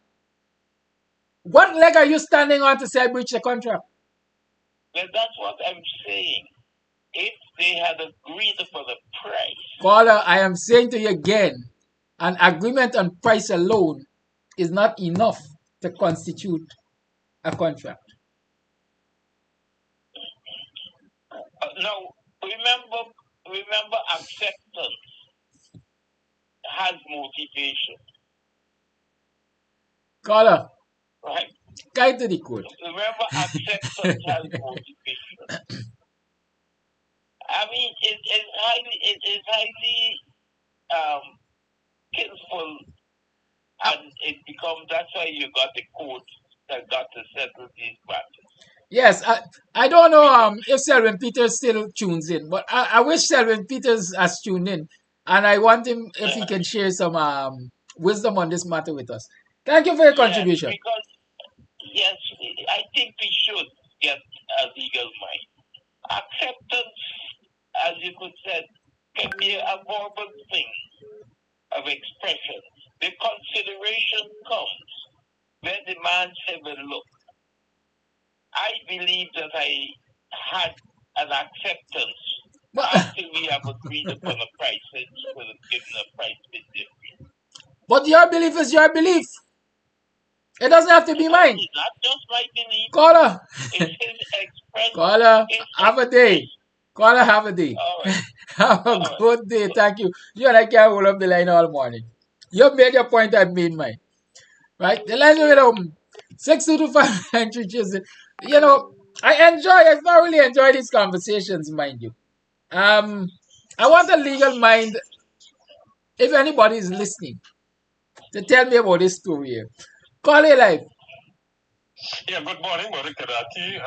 Thank you very much for allowing me, and good morning to the rest of Guyana. And let me say that I enjoy, usually enjoy your program. But I was at the Contractual Labor College last evening. Kams Tv was not represented, neither was, Politics 101. I did not see In the Ring last night, and I thought it was a travesty, so to speak. I did not see Rhonda there. She said she would have been there, and it was a good standing. It was very nice. We interacted with the elected representatives that visited from the United States. That's basically it. And the other thing you're talking about contracts, do you know that you're supposed to have a procurement legislation as procurement body in the National Assembly? It's constituted. It used to be, I think, a 25-member team commission. Now the PPP broke it down to so what happens is that most of the contract award don't go through the tender board or the procurement legislation process. They would get the family and friends, and if you got to build a bridge, they call a friend and tell him, look, you bid so and so, and send it to me. And it's a travesty for them because the procurement commission and the tender board is supposed to work, but it don't work. They fat foul their family and their friends and family of the PPP by passing the system. So it's really sickening, man. And that's my contribution for this morning. Thank you very much for allowing me.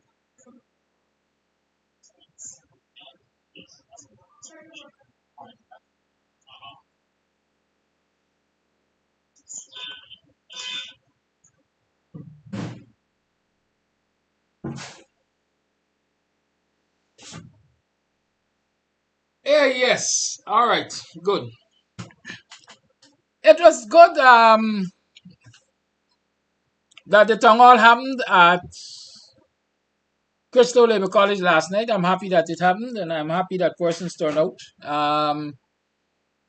Yes, Kams TV was not represented, according to the caller.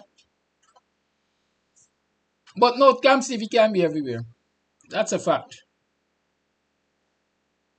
Kams TV is not a full-time news agency, is not a full-time broadcast entity, and even the full-time broadcast entity and so on. They require people to give them adequate time for stuff. Right? They require people to give them adequate time for stuff. And so some of us can't just drop what we're doing when we're in the middle of something. As in this instance, I'm in the middle of preparing for the oldies tonight. You can't just drop a bomb on people to say, well, we got this thing and expect them to turn up. Right? I don't have staff. I can't afford staff. So I can't send staff to cover what was happening at Contractual. But I'm happy that it happened. I'm happy that it was broadcast. And so those who couldn't be there had the opportunity to see what transpired. Sometimes I hold my peace. I don't like to talk about certain things because they can be displeasing.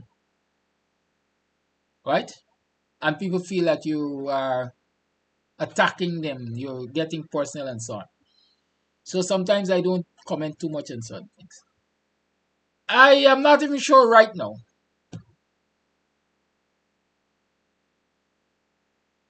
What the final arrangements are for the town hall in Buxton?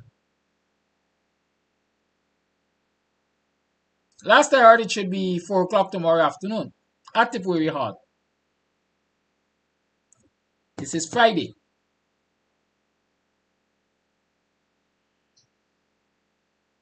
Confirmation. So you might very well turn up at the Prairie Hall tomorrow perhaps and don't see Kams TV.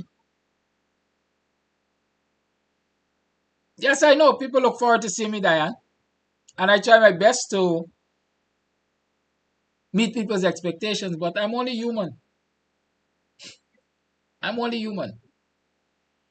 And some people might say, Mr. Amsterdam, you like hold people to high standards or you like hold people to standards and so on. But I encourage people to do the same for me. Time is important. Timing is important. People have expectations. People have a regular life.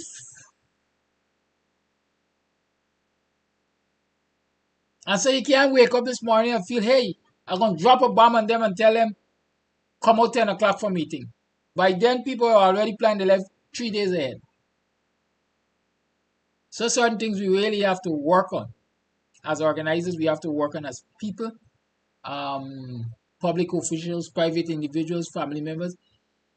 We have to understand the importance of other people's time. It can't be only us. Call it live. Yeah, good morning. I saw the thing via Mark. He was broadcasting. And as you rightly said, this thing that these people are doing, I think it should have been organized in a better way. Giving people time to fit it with all as a short notice. People would have been able to fit it in their agenda and it would have moved smoothly. I was trying to find out when was that thing at the place last night. When I did get down to see it was when I returned from a funeral at about 6 p.m. I could not have gone. And I feel that they should have done a better thing to get people out of these points where they would have been meeting people. Well, one of the presenters there saw Lord Dennis and saw his presentation was with this woman who was talking about the girl who was being raped. The people got to remember everybody, many persons went out in full array to give them strength with this problem. And when we were finished doing all that we did, only to hear from the alleged individual, nothing of the sort ever occurred to the individual. So that left a lot of people with their back against the wall. Because if the perpetrator, the alleged perpetrator now of the crime, they say, you know what? Let I take me financial might and action all those people who came out to accuse me. And there is it. My so-called accuser has denied me doing or anything. Where would we have been? So when she was crying out from one end and the person cried out and said nothing happened, that individual made the entire gathering and all who are there look like fools. Now they say a dog with a socket will always suck it. And once the perpetrator is accustomed to that, they will do that. But do you think the perpetrator doing an act like that, if wise thinking people will go out in their numbers to give support in a situation like that, at least I wouldn't do it. Because you know why? I don't want, when I don't do what I do, at the ending of the day, I look like a fool when the person will pull back all the problems and got people standing on the edge of a precipice only to be thrown over by what they have said.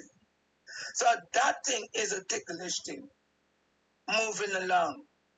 I don't know.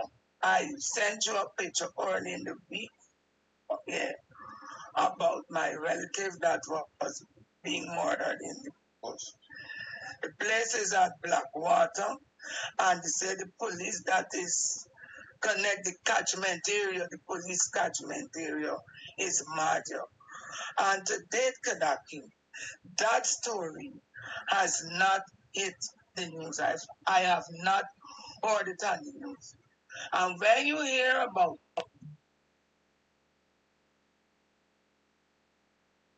But I'm there. The lines remain on 6225933 is the number to call. I don't know why your number was cut off unceremoniously. Yes, I see Leighton Charles is saying, listen, all right, let me take this one. Call it live. Yes, good morning to you and all my black brothers and sisters in Guyana. This is Uncle Flash. I love this song. I got so much thing to say right now. I got so much Flash, thing get to the say. point. Get to the point. You can't sing, man. Howard Banner. You want to change the weather? I love it. Yes. Let I say these words first. Let me go direct to the brother who came on after coffee and call upon Mr. Arby Norton to do something with the Venezuela problem, and he was stepped down and all this nonsense.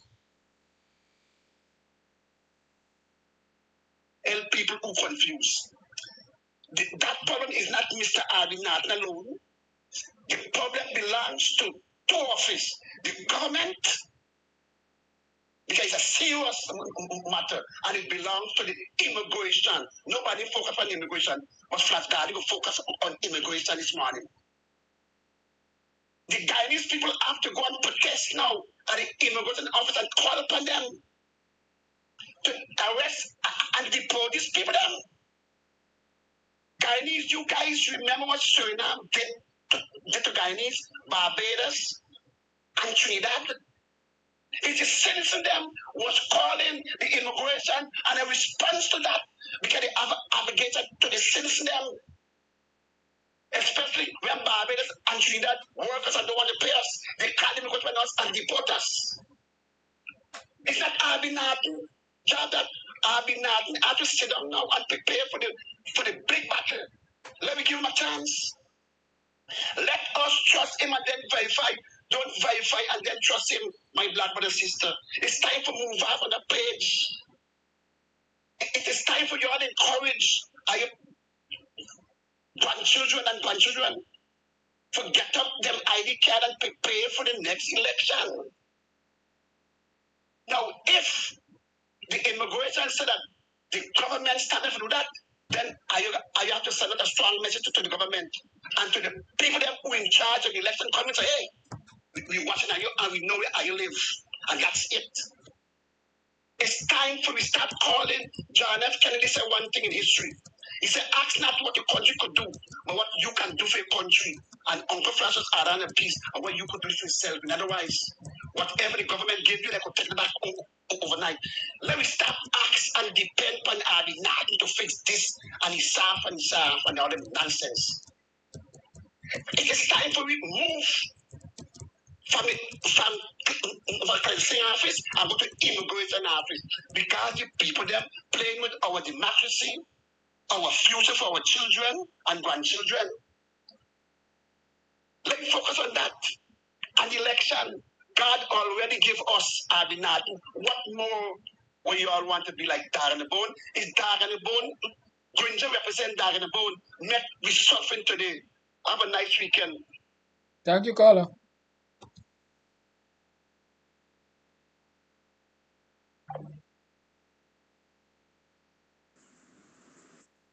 Blessed good day to you, Mr. Kadaki, and a very blessed good day to the Guyanese nation. and all right-minded Call all the Guyanese. line, please. May God bless your program, Mr. Kadaki, that it continue to prosper as we continue to get a way that we could exhale, eradicate some stress from our mind, our heart, and our body, and hope that somewhere along the line, transformation will take place to the mind and the heart of those who claim to be leaders. Guyanese, may I remind you once again, may I take this opportunity to remind us all that a nation is strong because of the God that it serves, or to the kingdom it belongs to. I said before, and I'm saying again, what is happening in this country is a manifestation from the spiritual realm that is manifesting itself in the physical realm. So what we are seeing going on in our nation is because of the direction our nation is heading. Our so-called leaders who should be an example of righteousness, mostly choosing to be an example of wickedness instead of righteousness. And so this is what we are experiencing in our nation. So I'm speaking directly to the righteous-minded Guyanese and the righteous-minded and ardent Guyanese, regardless of what race we are or what. We have got to be careful where we are giving our worship, our honor, and our praise to which kingdom, light or darkness. However, let us move on from there. I want to extend my deepest sympathy and my gratitude to the Guyana Police Force for the policewoman who died last night on the coast here on the roadblock, and the other one who's in hospital, my sister. I wish you a speedy recovery. And may I say again, as I said before, to the Commissioner of Police, you have a billboard that is set up there that you were saying to the nation that, to respect the road and respect the road. I said before, and I'm going to say it again. They said it's based on respect the road. It's a respect life, respect limbs, respect freedom, respect souls, respect family, respect the nation, value and cherish our people, especially those who are there to help to put peace and maintain peace and order in our life. How can the police, even when you put up a roadblock, officers, you gotta be careful. You are standing even in the center of a road for some craziness like what took place there. Don't we are called and again. Thank God by the grace of God that, we are in a land that we are getting there by the grace of God.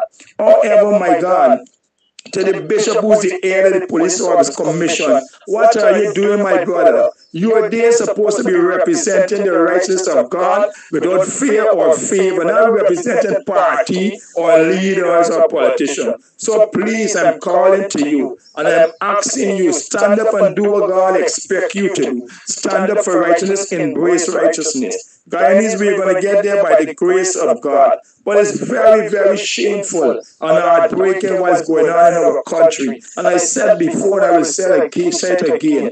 Mr. Jaglio, you should be shamed when you hear what the Venezuelan president, the Venezuelan minister, how she's lying against this nation. It hurts you, the federal judge of this nation, and how we are feeling when you are lying to us. It hurts us, it affects us. So I hope you learn from that and you become an example. And to the Guyana police, why you are holding off the protection to the fact finders them that are here in this country? That's why I'm saying to the commissioner, instead you stand up for righteousness and for the nation, you stand up for politics, and you're not valuing life and limbs. Too much of sacrifices happening in this country to the kingdom of darkness. Too much of life has been lost, freedom, limbs, and blood has been flowing in the street. It's time, Guyanese, for us to come to God's way, God's will, and realize that we need to pray and cover our family. We need to teach our children what is right, and we need to guide them and pray for each other along the way of life. So please, Guyanese, let us value what God blesses us with, and don't let us trade God made for man made. Don't matter who's it, which parties in government. God bless this nation. The rain is coming, and there's so much road project. They're doing peace, peace, peace, peace, and left it halfway. I don't know what is going to happen in this nation. Why aren't you at where you are?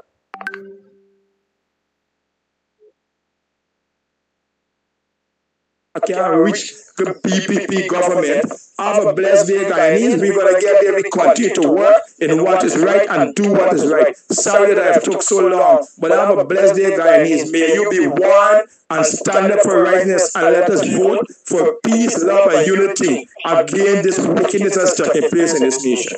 God bless you, Mr. Kodaki. God bless your program. And Guyanese, we're going to get there if we stand up for righteousness and reject the evil and wickedness that's going on.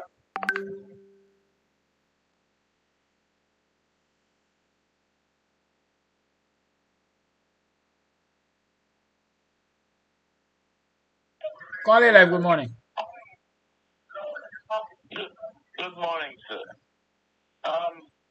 In reply to what the two previous callers were saying about the fact-finding committee, and somebody right there gave it a statement and said they did not believe what the person was accused of.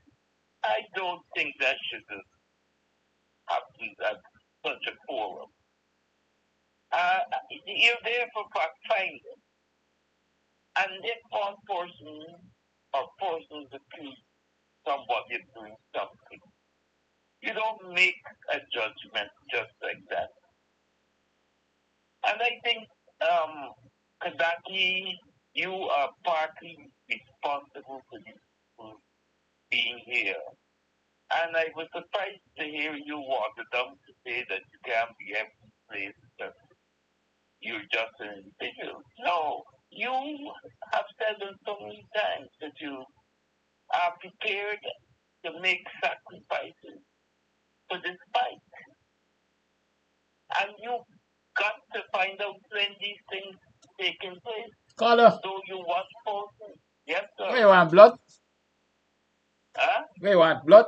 Yeah, I want blood from you because that's what you promised you can get if it comes up to that. Now let me tell you something. Hear me, listen to me carefully. If as you say, I'm partly responsible for these people being here, my job is done. No, it's not done. It's not done. Go ahead, caller. You know, an action would only be completed caller. when there are results. You know that. There's results. The fact-finding team is here collecting facts. Anyways. But if what took place here is true, we need to look at it seriously. I can't comment because I wasn't there. Right, I realize that. And you almost said that the arrangements that are being made for these different meetings apparently is not very well organized. I mean, somebody got to let them know. You know, this is something we're hoping to have the results that we need against this installed regime. Don't care how small it might be. Another thing I'd like to mention about Flash Gordon saying, and always trying to represent Aubrey. Aubrey is a leader, and he's there to be criticized when criticism is needed. It doesn't have anything to do with splitting or against his image or anything like that. Since he has had that meeting with the government, statements should have been coming out concerning these Venezuelans coming in, if they're still being registered. Did he get permission to oversee how they're treating them? Did the government give him any special thing and say, well, look, you can be involved or we'll keep you up to date with how we're treating these people? And if they did not, then he comes and say he's dissatisfied. He's a leader of the opposition. Thank you, and caller. I told you before, his strategy is not one for this time, for this revolution. Thank you. Thank you. I'm sure he's listening, or somebody who represents him is listening, so they can convey the message. The lines remain open. 6225933 is the number to call. You tune to Guyanese Morning Time.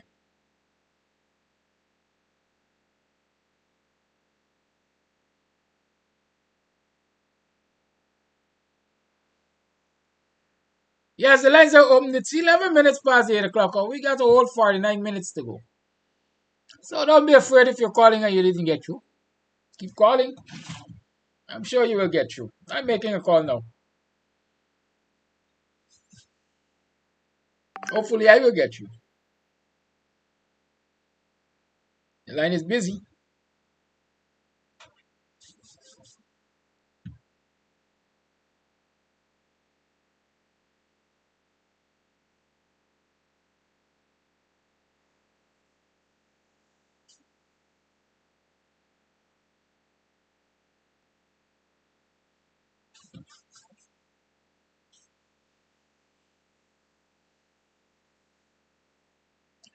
Morning, could you check your message and respond to me, please?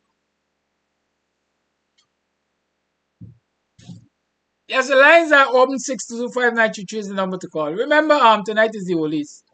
Come on down, let's have a good time. Let's get rid of some steam. Yeah, let's hobnob, let's rub shoulders, let's meet and greet and all of that.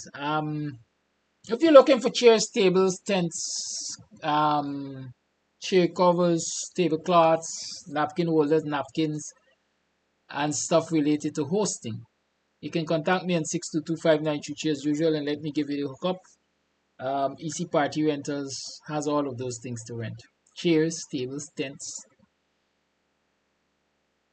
chair covers, tablecloths, and so on and so forth. So hit me up, EC Party Rentals 6225933. I'll give you the hookup.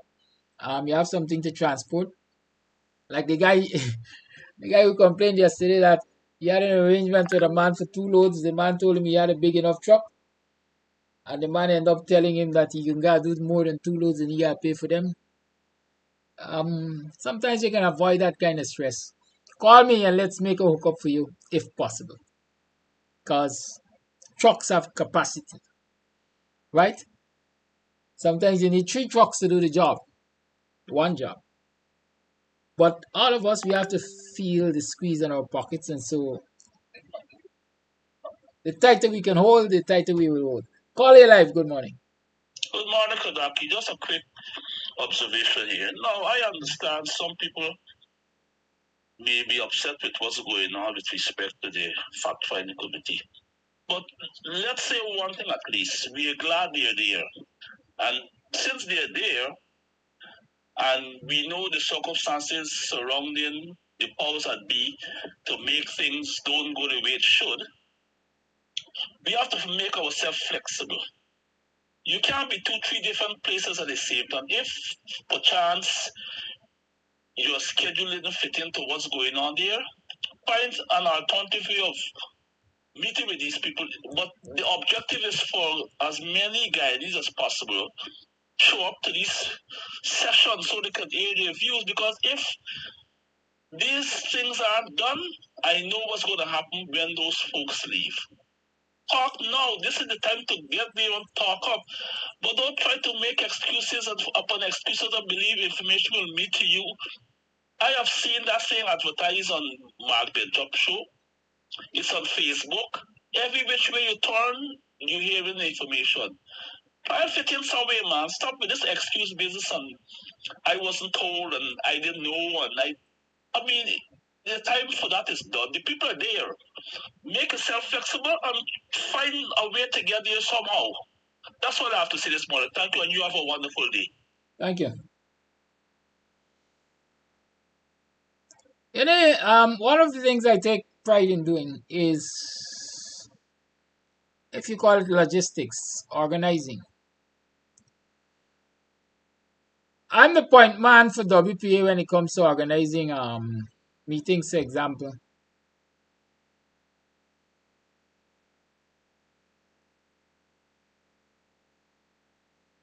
And I generally have a rule of thumb. If you want people to attend your meeting,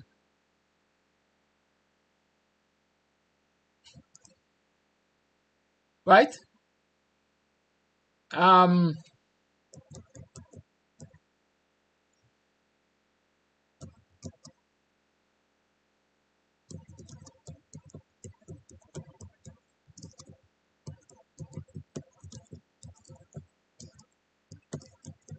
You have to give them adequate notice.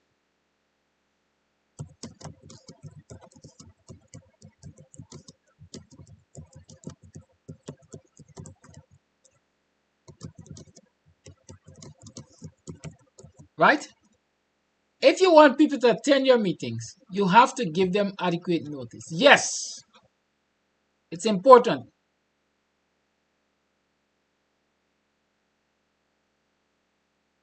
The fact-finding team's presence is important.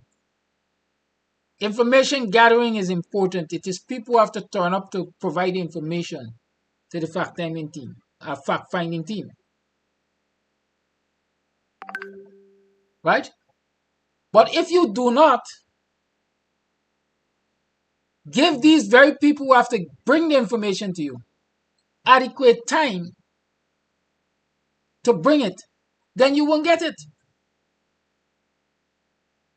These people have information they would love to give you because they recognize the importance of giving you that information. But if you do not give them adequate information in terms of where, when, and when they can get it to you,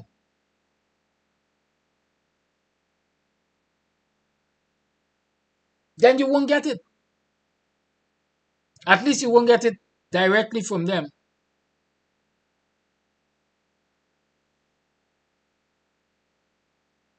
And that's a reality every organizer must accept.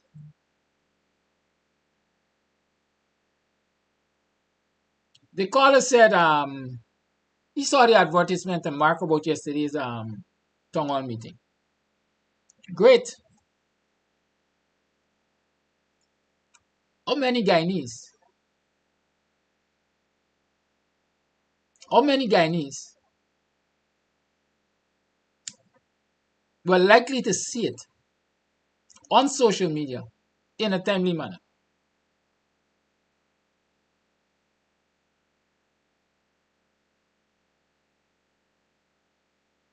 In a timely manner.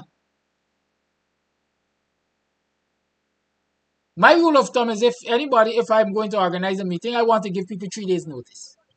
It's not practical with the fact-finding team. They only here for a week. But can people at least get a clear 24 hours notice?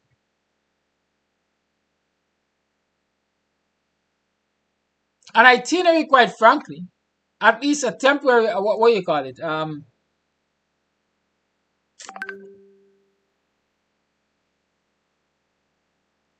A temporary itinerary, let me call it that, should have or ought to have been worked out before the team landed. And so even if you had to tweak it, you could tweak it and advertise the changes quickly. Oh, you can give me 3 hours notice or 4 hours notice or 6 hours notice, quite frankly, for a meeting of such importance. You don't know what people's commitments are. And so the caller said people gotta stop making excuses. It's not excuses, you gotta be real. While these are all important issues, anything that champions, anything that will take priority, if I can call it that for people, is their bread and butter issue. Let's keep that in mind. This caller calling for a second time. I hope he has something extraordinary to tell us. Good morning again. Good morning again. Yeah, sorry to be double dipping to that, but I had to call back because this thing is sounding real bad. Caller, get to the point. It doesn't auto well. Now, this information was public so long before that these brothers from United States and sisters is coming here on a fact-finding mission. Long before Dr. Hines said this, you said it. Sherrod said that. Now, why couldn't people get themselves together, arm yourself with your information, and wait? Now, I was there, and I was able to present a case to the commission. I monitor everything. Why couldn't they do the same that I did? Now, these brothers and sisters have to leave the United States. You went to the United States, Kedaki. Everything is time. Everything is money. They leave their families to come here. They leave their jobs to come here for our interest. And you were saying to me, or anybody else is saying to me that this didn't go right and this should have been.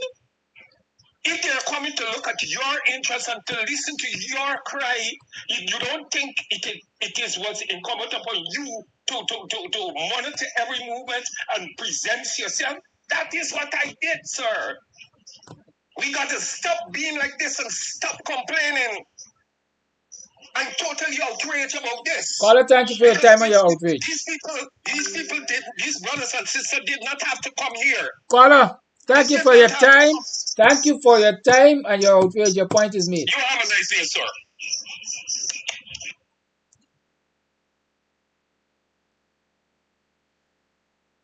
I mean, there usually is more in the martin than the person. I got a voice note from this call already. Why am I getting a call now? Listen,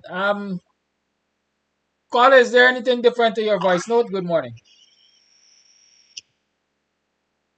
A blessed good morning, Mr. Kadaki. A very blessed good morning to the guy. Mr. Kadaki, what happened here is nothing wrong. I know why some people are feeling offended. Nothing is wrong that if you were not there last night or Ronda was not there, the fact finders are here to collect facts.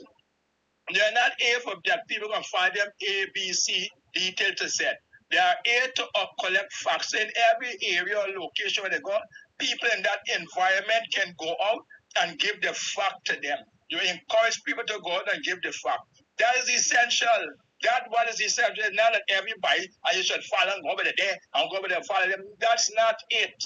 That the fact is, the matter is that when they are here in Guyana, and people going out and give them the fact that happening to them and what they experience in this country and what's going on in this country. That's what is essential. And so Guyanese and those who are saying, well, who didn't know and who didn't know and who didn't hear and who didn't hear, that is why it's important giving the people them the fact. It's not of following something.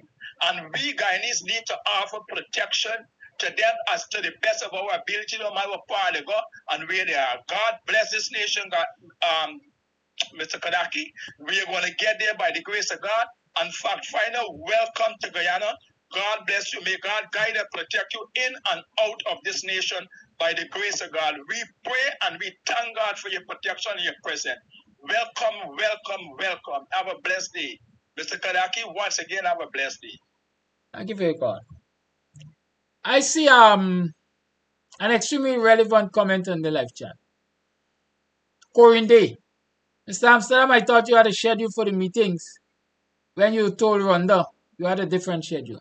Did you hear me read the schedule? I read the schedule. I read the schedule. You want me to go and bring the schedule up again? I hope I still have it open.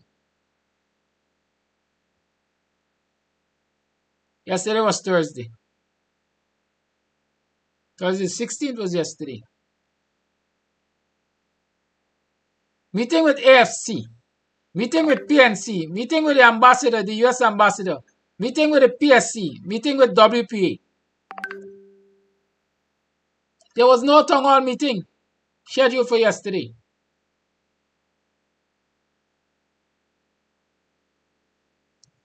And so, if you heard this itinerary from early in the week, you would have made preparations based on this itinerary.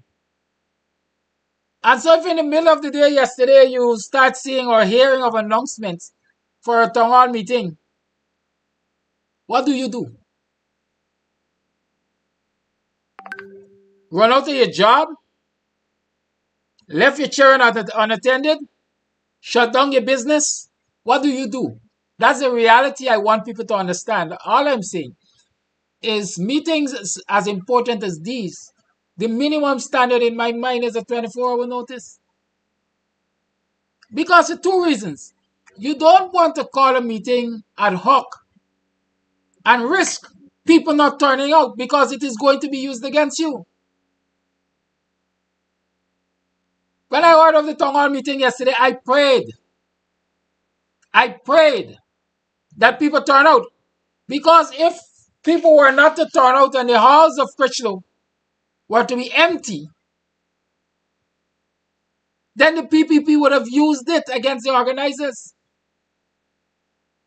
And so it's important that organizers of events such as these understand that you cannot organize to fail. And since part of your success is getting people out to these venues to relate their experiences to the fact finders, you have to ensure that the very people who you want to get out there get adequate notice so they will get out there.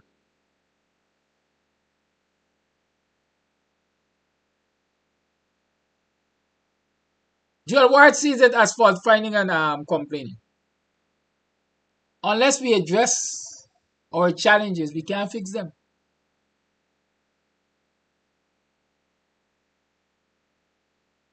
So let me tell you.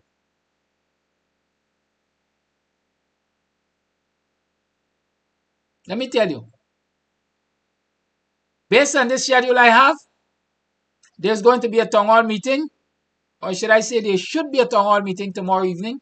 That's 4 o'clock tomorrow at Tipperary Hall. The schedule that I have has a town hall meeting at Tipperary Hall 4 o'clock tomorrow.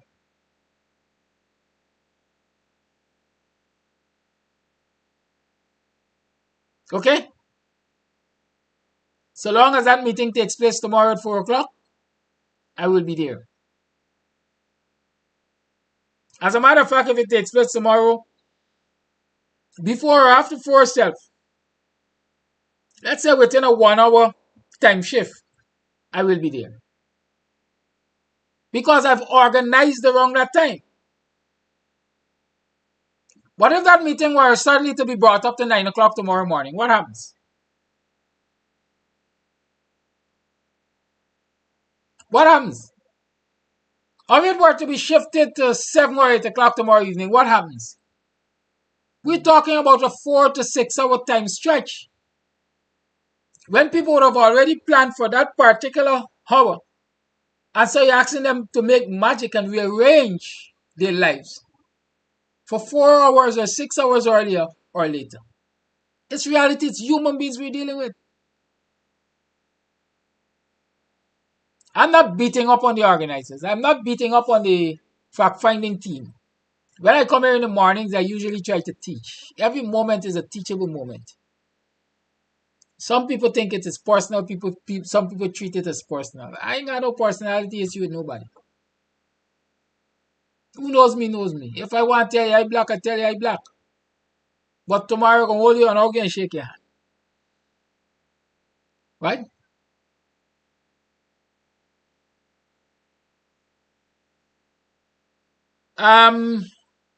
As a matter of fact, this question about meeting for Linden, I had an oversight when I was reading the schedule. Linden is scheduled for Saturday morning, according to the schedule that I have. Right?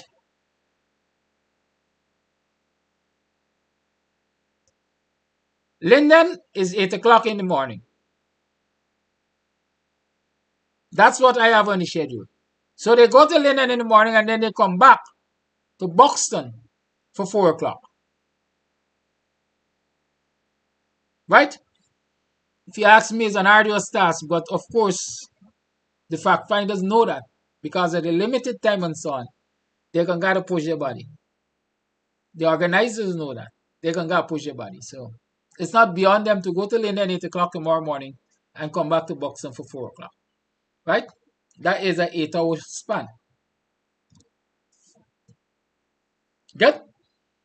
It's 11 minutes. What am I saying? 29 minutes to the 9 o'clock hour. The lines remain open. Voice notes, anyone? Let me check.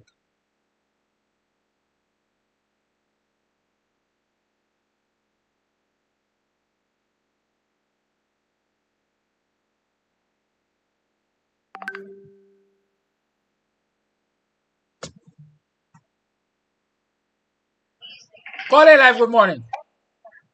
Hey, good morning, Kadaki and viewers everywhere. Thanks for hello? Yes, you're live. Talk with Yes, me. Kadaki. Good morning to you and your viewers everywhere.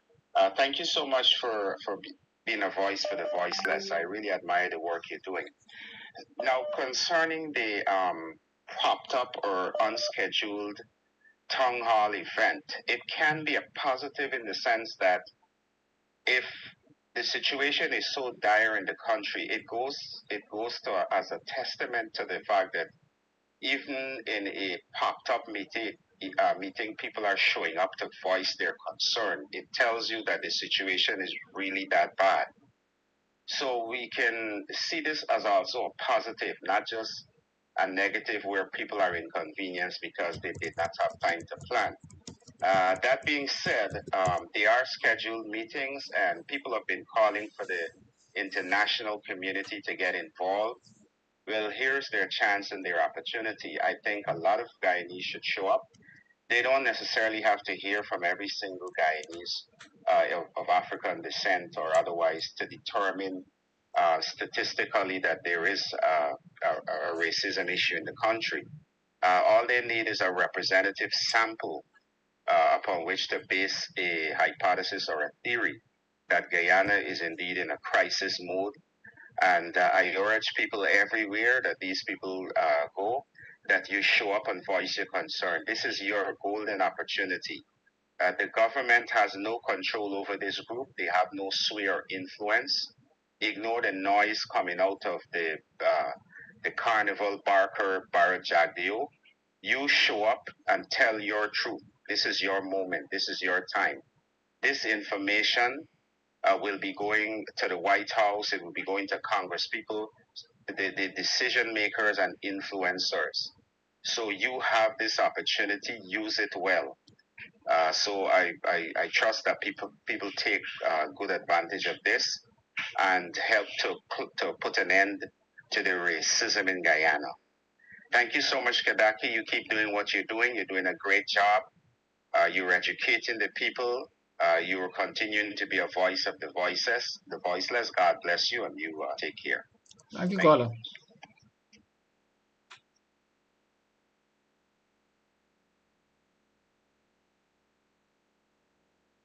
I did make the very point this call is making in terms of a representative sample. When I was saying that if they can't go to Linden, then it's not the end of the world because the issues are going to be represented all over the place where they go. Right? Let me tell you, I was just informed that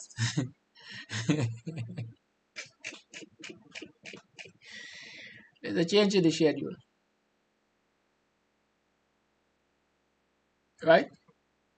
I will announce that change only when it is absolutely clear what the change is. But there's a change in the schedule for tomorrow.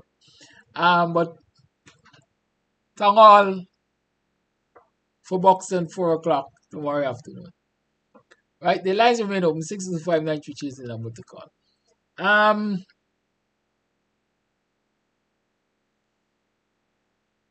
We have lots of work to do. There's no question about that. Right? We have lots of work to do. And the more people get involved in doing the work, the easier it will become. Just get on board and let's get the work done. As simple as that. Right? One of the good things I heard at the press conference is, I don't know if the website has been set up as yet.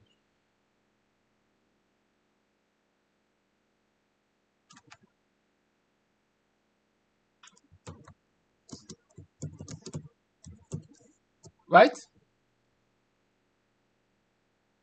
They are going to be establishing a line of communication for people who didn't go to the meetings and have evidence to submit. So listen out as soon as I get that kind of information, I'll share it with you. So you will know you can submit your videos and your recordings and so on and so forth. Whether it's via WhatsApp number or via a Facebook page, etc. Right? So yeah, that's it. Let me play a voice now. I have a couple here. Good morning, Kadaki. Listen, man, what a brother talking about, I can understand. A crowd is a matter. The crowd matter. It matters so as to show how many people been hurting. If you have something on your mind and you've been victimized and these things, you must go there. You can't say, man, okay, I'm not going because somebody's gonna go. They're gonna talk for me. No, right? I'm not calling him who's supposed to be there and who's not supposed to be there, but the crowd matters because when these people look around and see a crowd, they know that's alone to give them some kind of belief that something is really going on here. No crowd, okay, I feel not interested. They may say that they are afraid they're not coming out, but crowd matters. Why? Thank you for your call. I see Miranda talking about let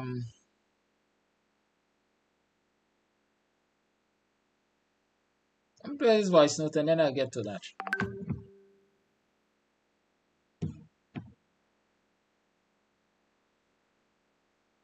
Call your life. Okay. I won't miss. Good morning, Klappy. Good morning, viewers. The venue for Linden. I know you're saying, well, this is the venue. Where is the venue? I know the time is 8 o'clock. It will be in Linden. But I want to know the venue, where the people will be. Voice note, I don't know. I am not withholding information from you. I'm sharing information that I have. Right? So sorry, I don't know what's the venue in Linden. I haven't been told that. It's not on the itinerary, but I know the itinerary shows Linden at 8 o'clock tomorrow. Good morning, Klappy. Good morning, viewers. Oh, finish playing that one. Right, so I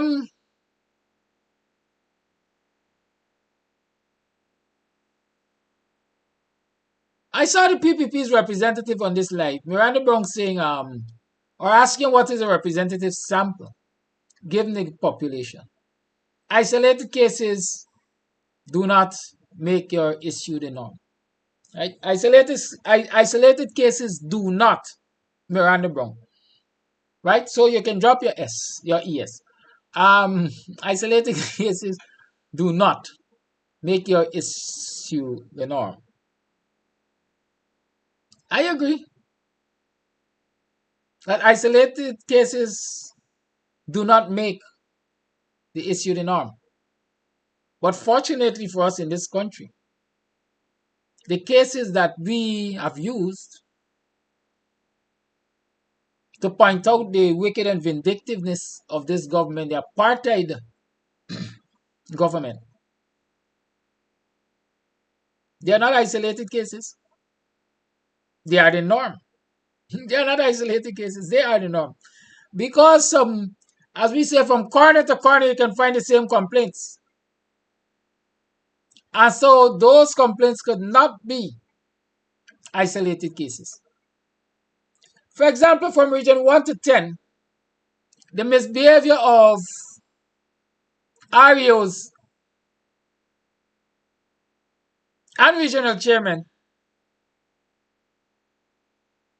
in regional democratic councils and in regional democratic councils controlled by the PPP is almost standard. They disregard and disrespect the other representatives of the people. They ill-treat the NDCs that they don't control.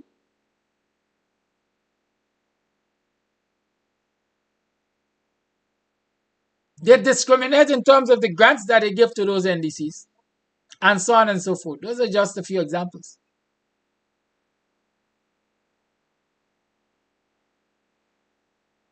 If you look at infrastructure, you'll see from corner to corner in this country again, Indo-Guyanese village next door to African Guyanese village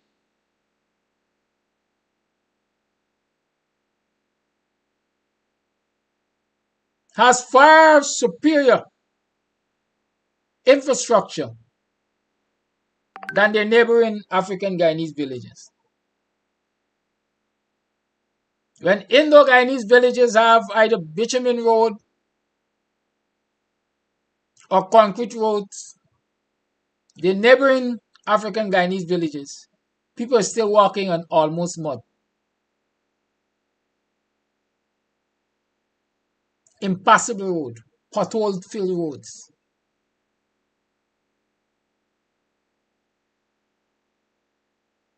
That's not an exception. That's the norm. And so thank you for making that point.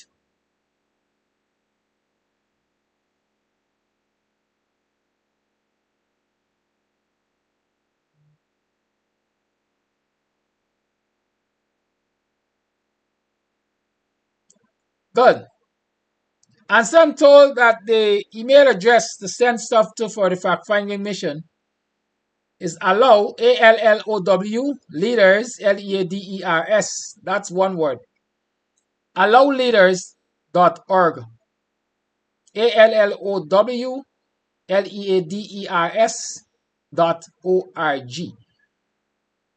Those of you who are typing on the live chat, somebody can type it, please, so that the others will see it. ALLOW LEADERS.org. O-R-G, right? .org. That's where you can send your emails. In fact, I left out something. President at that email address. President.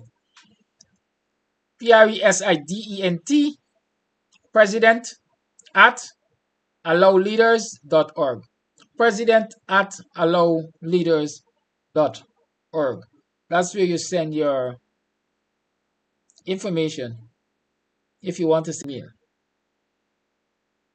Good, it's 16 minutes to the 9 o'clock hour. It's also Friday. We are oldies tonight. Come on down. Enjoy what I consider pleasant, a beautiful atmosphere.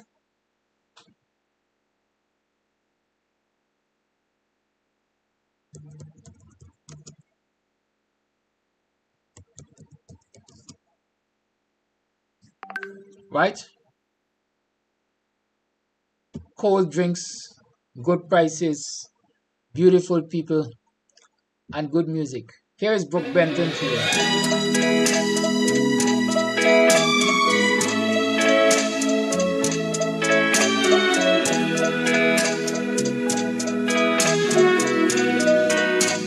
Brooke Benton, 1959. Someday, it's just a matter of time. Some way, you'll realize that you've been blind. Yes, darling, you're going to need me again. It's just a matter of time. Go on. Okay, we interrupt this one to return to normal programming. There's a voice note. It's Friday. We can have fun, can't we? Good morning, Kadaki and listeners. I want to address Miranda Brown, where she's saying about isolated cases. I don't think she has a case really, because if those cases are similar in incidences, there will be a point to be made, right? If all the people are saying the same things, isolating, I should say, not isolating, highlighting the same incidents, right? Then there's a problem. So I don't understand why she's referring to the whole thing as isolated incidences, right? It's not isolated. There is similarity. There's a modus operandi of the PPP when it comes to discrimination, when it comes to disrespect for the Guyanese people, when it comes to creating forums where there can be corruption, etc. So she's not making sense, right? The other thing I'd like to comment on is everybody is harping on the schedule for the fact-finding personnel. Look, when you're going to plan something, you have to have a running order. I know that there will be cases where changes have to be made. But when those cases have to be made, you have to be on the ball and put the information out there, right? Another thing I noticed is routing. So you have these people going to Linen for 8 o'clock and then coming across now to Buxton for 4 o'clock. Whoever planned it did not plan the routing very properly. That's only me and the little I know about event planning, because like Kadaki said, right, timing is important. That's why it's called running order in the first place. But I encourage people to still go out there once they are aware of where the meetings will be. Please still go out there and voice your concerns.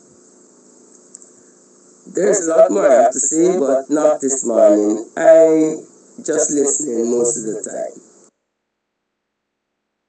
Thank you for that voice note. And so we go back to irregular programming. Brooke Benton, 1959. It's just a matter of time.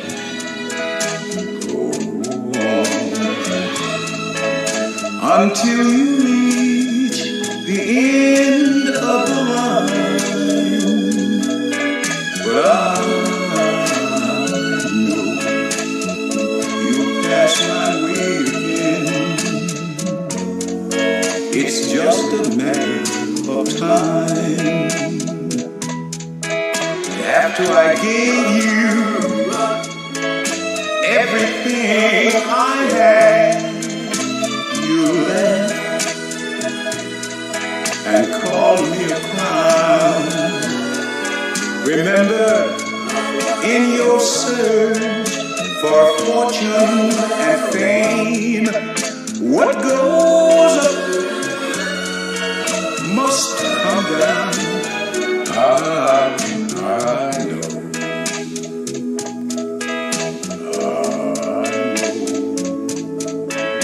That one day you'll wake up and find that my love was a true love. It's just a matter of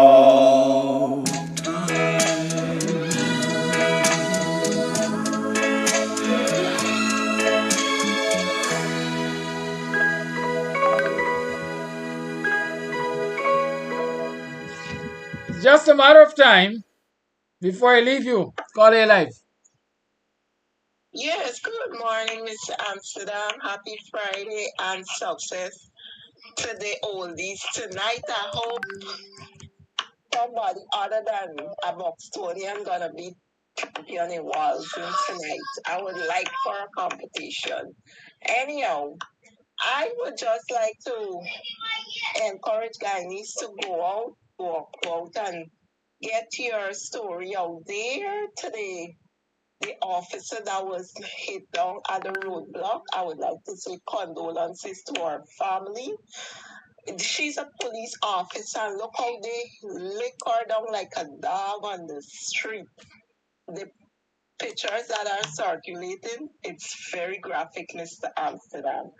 It is so sad that our servicemen got to be losing their lives on the road. So, as you go today, please be careful on the road. observe your corp drill and everything, and let's try to make Guyana's road a safe place. You have a wonderful weekend, and I'm wishing you a success at the oldies tonight. So thank you very much, and bye-bye. Thank you, caller. I know you people notice by now I have a way I don't comment on certain things until sometimes hours after, days after. Because I always try to get the facts of the matter. Somebody sent me the photos of that accident in my inbox. It's gruesome. One of the police women lost a leg. It's gruesome. One lost a life. And based on what was sent to me, they weren't sure if the other was still alive or whatever. But at the end of the day, there's some things quickly I want to say. First and foremost, I'm not sure what time this happened. Right? I don't know what time it happened, but I got it was in the night. This last caller said the motorist struck them down like I can't remember exactly what the description was. But the caller gives the impression as if it was intentional. I don't know that. We don't know that. Accidents happen. People speed. Accidents happen. One of the things I know that is dangerous to the lives and limbs of policemen, police ranks in this country, is the way they set up roadblocks. Policemen and women, ranks of the Ghana Police Force, have to understand that a motor vehicle is not a jackass that you just pull the bit and it stop. Even when you pull the reins on a jackass, you don't stop right away. And so when you're setting up roadblocks and those things, you gotta start putting them in obscure areas as if you're setting a trap. Traffic control is not setting a trap. You going around a corner and a policeman step out from the shadows. And sometimes I just cuss up myself and ask if these people suicidal. I'm not saying that's the case. I don't know what the facts are concerning this incident last night or when it happened. But I'm saying those are some of the things I think about when I saw this. I wonder if it was a situation of the roadblock here. I don't know if it was if they were at physical barriers and so on. A driver just swinging and there it is in his face. Right? But I would definitely believe that this person had to be speeding. And so for that reason too, policemen and women have to be cognizant of the dangers to their own lives when they're conducting these traffic control activities. Condolences to the family, condolences to the fraternity, condolences to the citizens of this country. Let this be a lesson for all of us. Let us stop and take stock. Motorists in this country, they are always late. Let to go where God knows. People overtaking you to turn the corner in front of you and stuff like that. Good? But, like I said, we don't have to experience it to learn from it. Let us learn from the mistakes of others. Percy Sledge says, bring it home to me.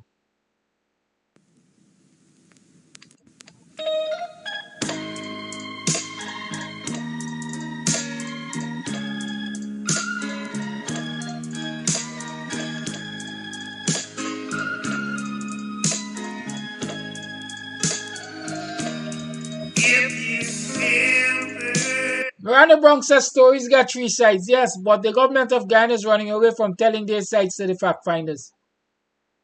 If they're so certain of their sides, why are they ducking and running for cover? Change your mind about leaving me behind.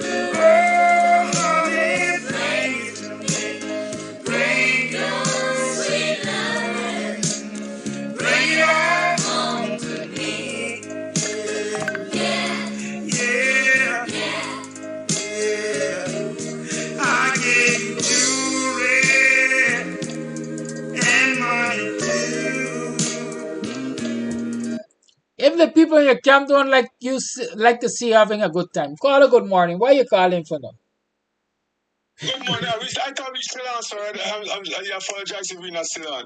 Are we still on? We're still on, but I choose to play some oldies in the last few minutes, but you choose to call. Go ahead. Make your point. Okay, let me just get it because I just wanted to advise the PvP supporters and maybe neutral ones who might have gotten contracts who are eating a little bit of the fat. I would like to encourage them to go there to the fact finders and state the case and let the fact finders know what the PVV has done for you and why. So we try to be very much equal and very fair here in regards to this whole situation. So I want those people who got contracts under whatever circumstances, and they must also explain those circumstances where they got the contracts, and they must go out there too and maybe support the hands that fed them. So that's why I'm calling on the people who got contracts and who being fed right now from the PP. Thank you. Thank you. And so we return to irregular programming.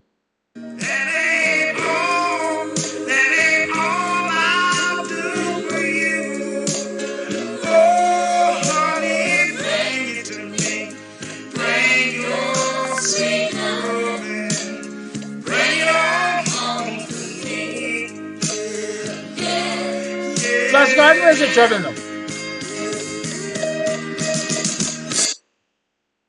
Flash Gordon? Yes. Where's the trouble? I had to call you back because the brother there, don't you pay them to them million US for go outside there and tell them what they're going to do them. They will not do it because they will make more than 1 million. They'll get 3, 4, 5 million. That is a totally, I would say, garbage talking. Now, I'm going to ask you a question now, and I need to answer my question. Do you believe the immigration department have a role to play now with this crisis of the Venezuela people then?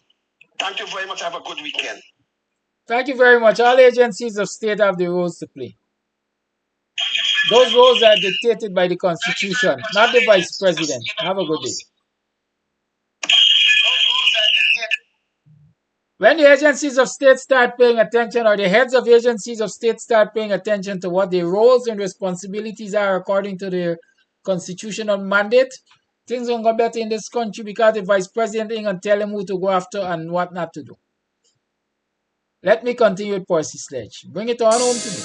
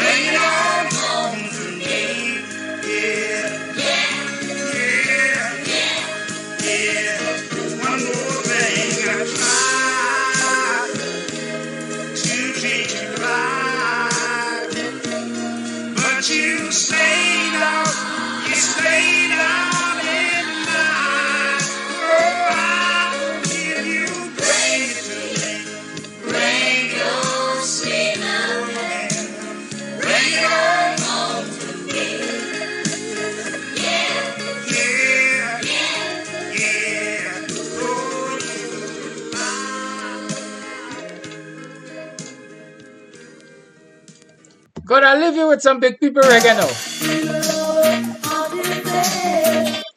I want some big people reggae? Good. As soon as it's past the 9 o'clock hour, I'll soon leave you. Just let me put you in the only mood for tonight.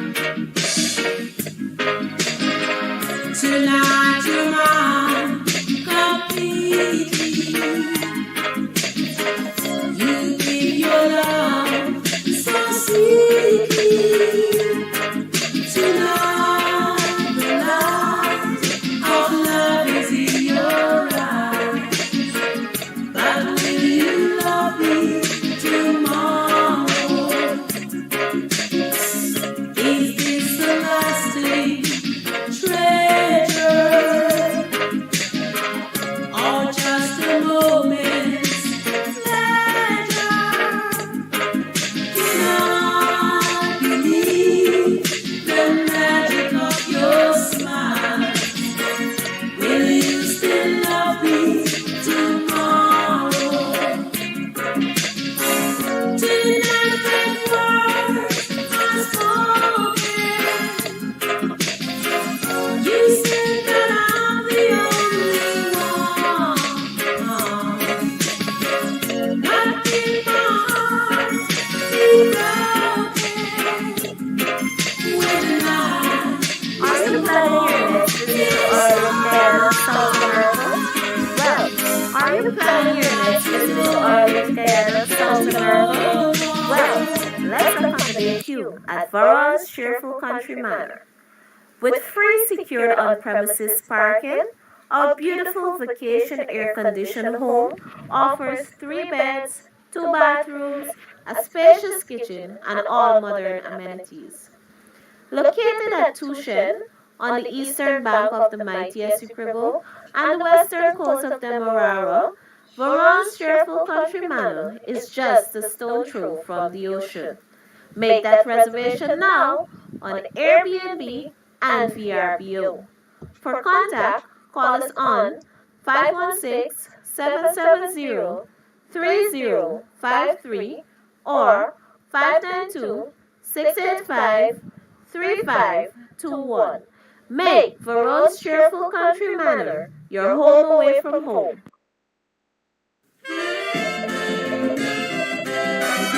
And Veron's is taking local bookings, so you can call them on that local number there and make your bookings, right? Veron's is taking local bookings. It's not only on VRO and Airbnb, but you can call that local number if you want to make a booking and you're located locally. It's 5 minutes past the 9 o'clock hour. You tune to the Guyanese Morning Time. We go on to 10 tonight. Is love I can be sure of? So tell me now, and I won't ask again. Will you still love me tomorrow? I've just got to know where I stand. I got to know where I am with you.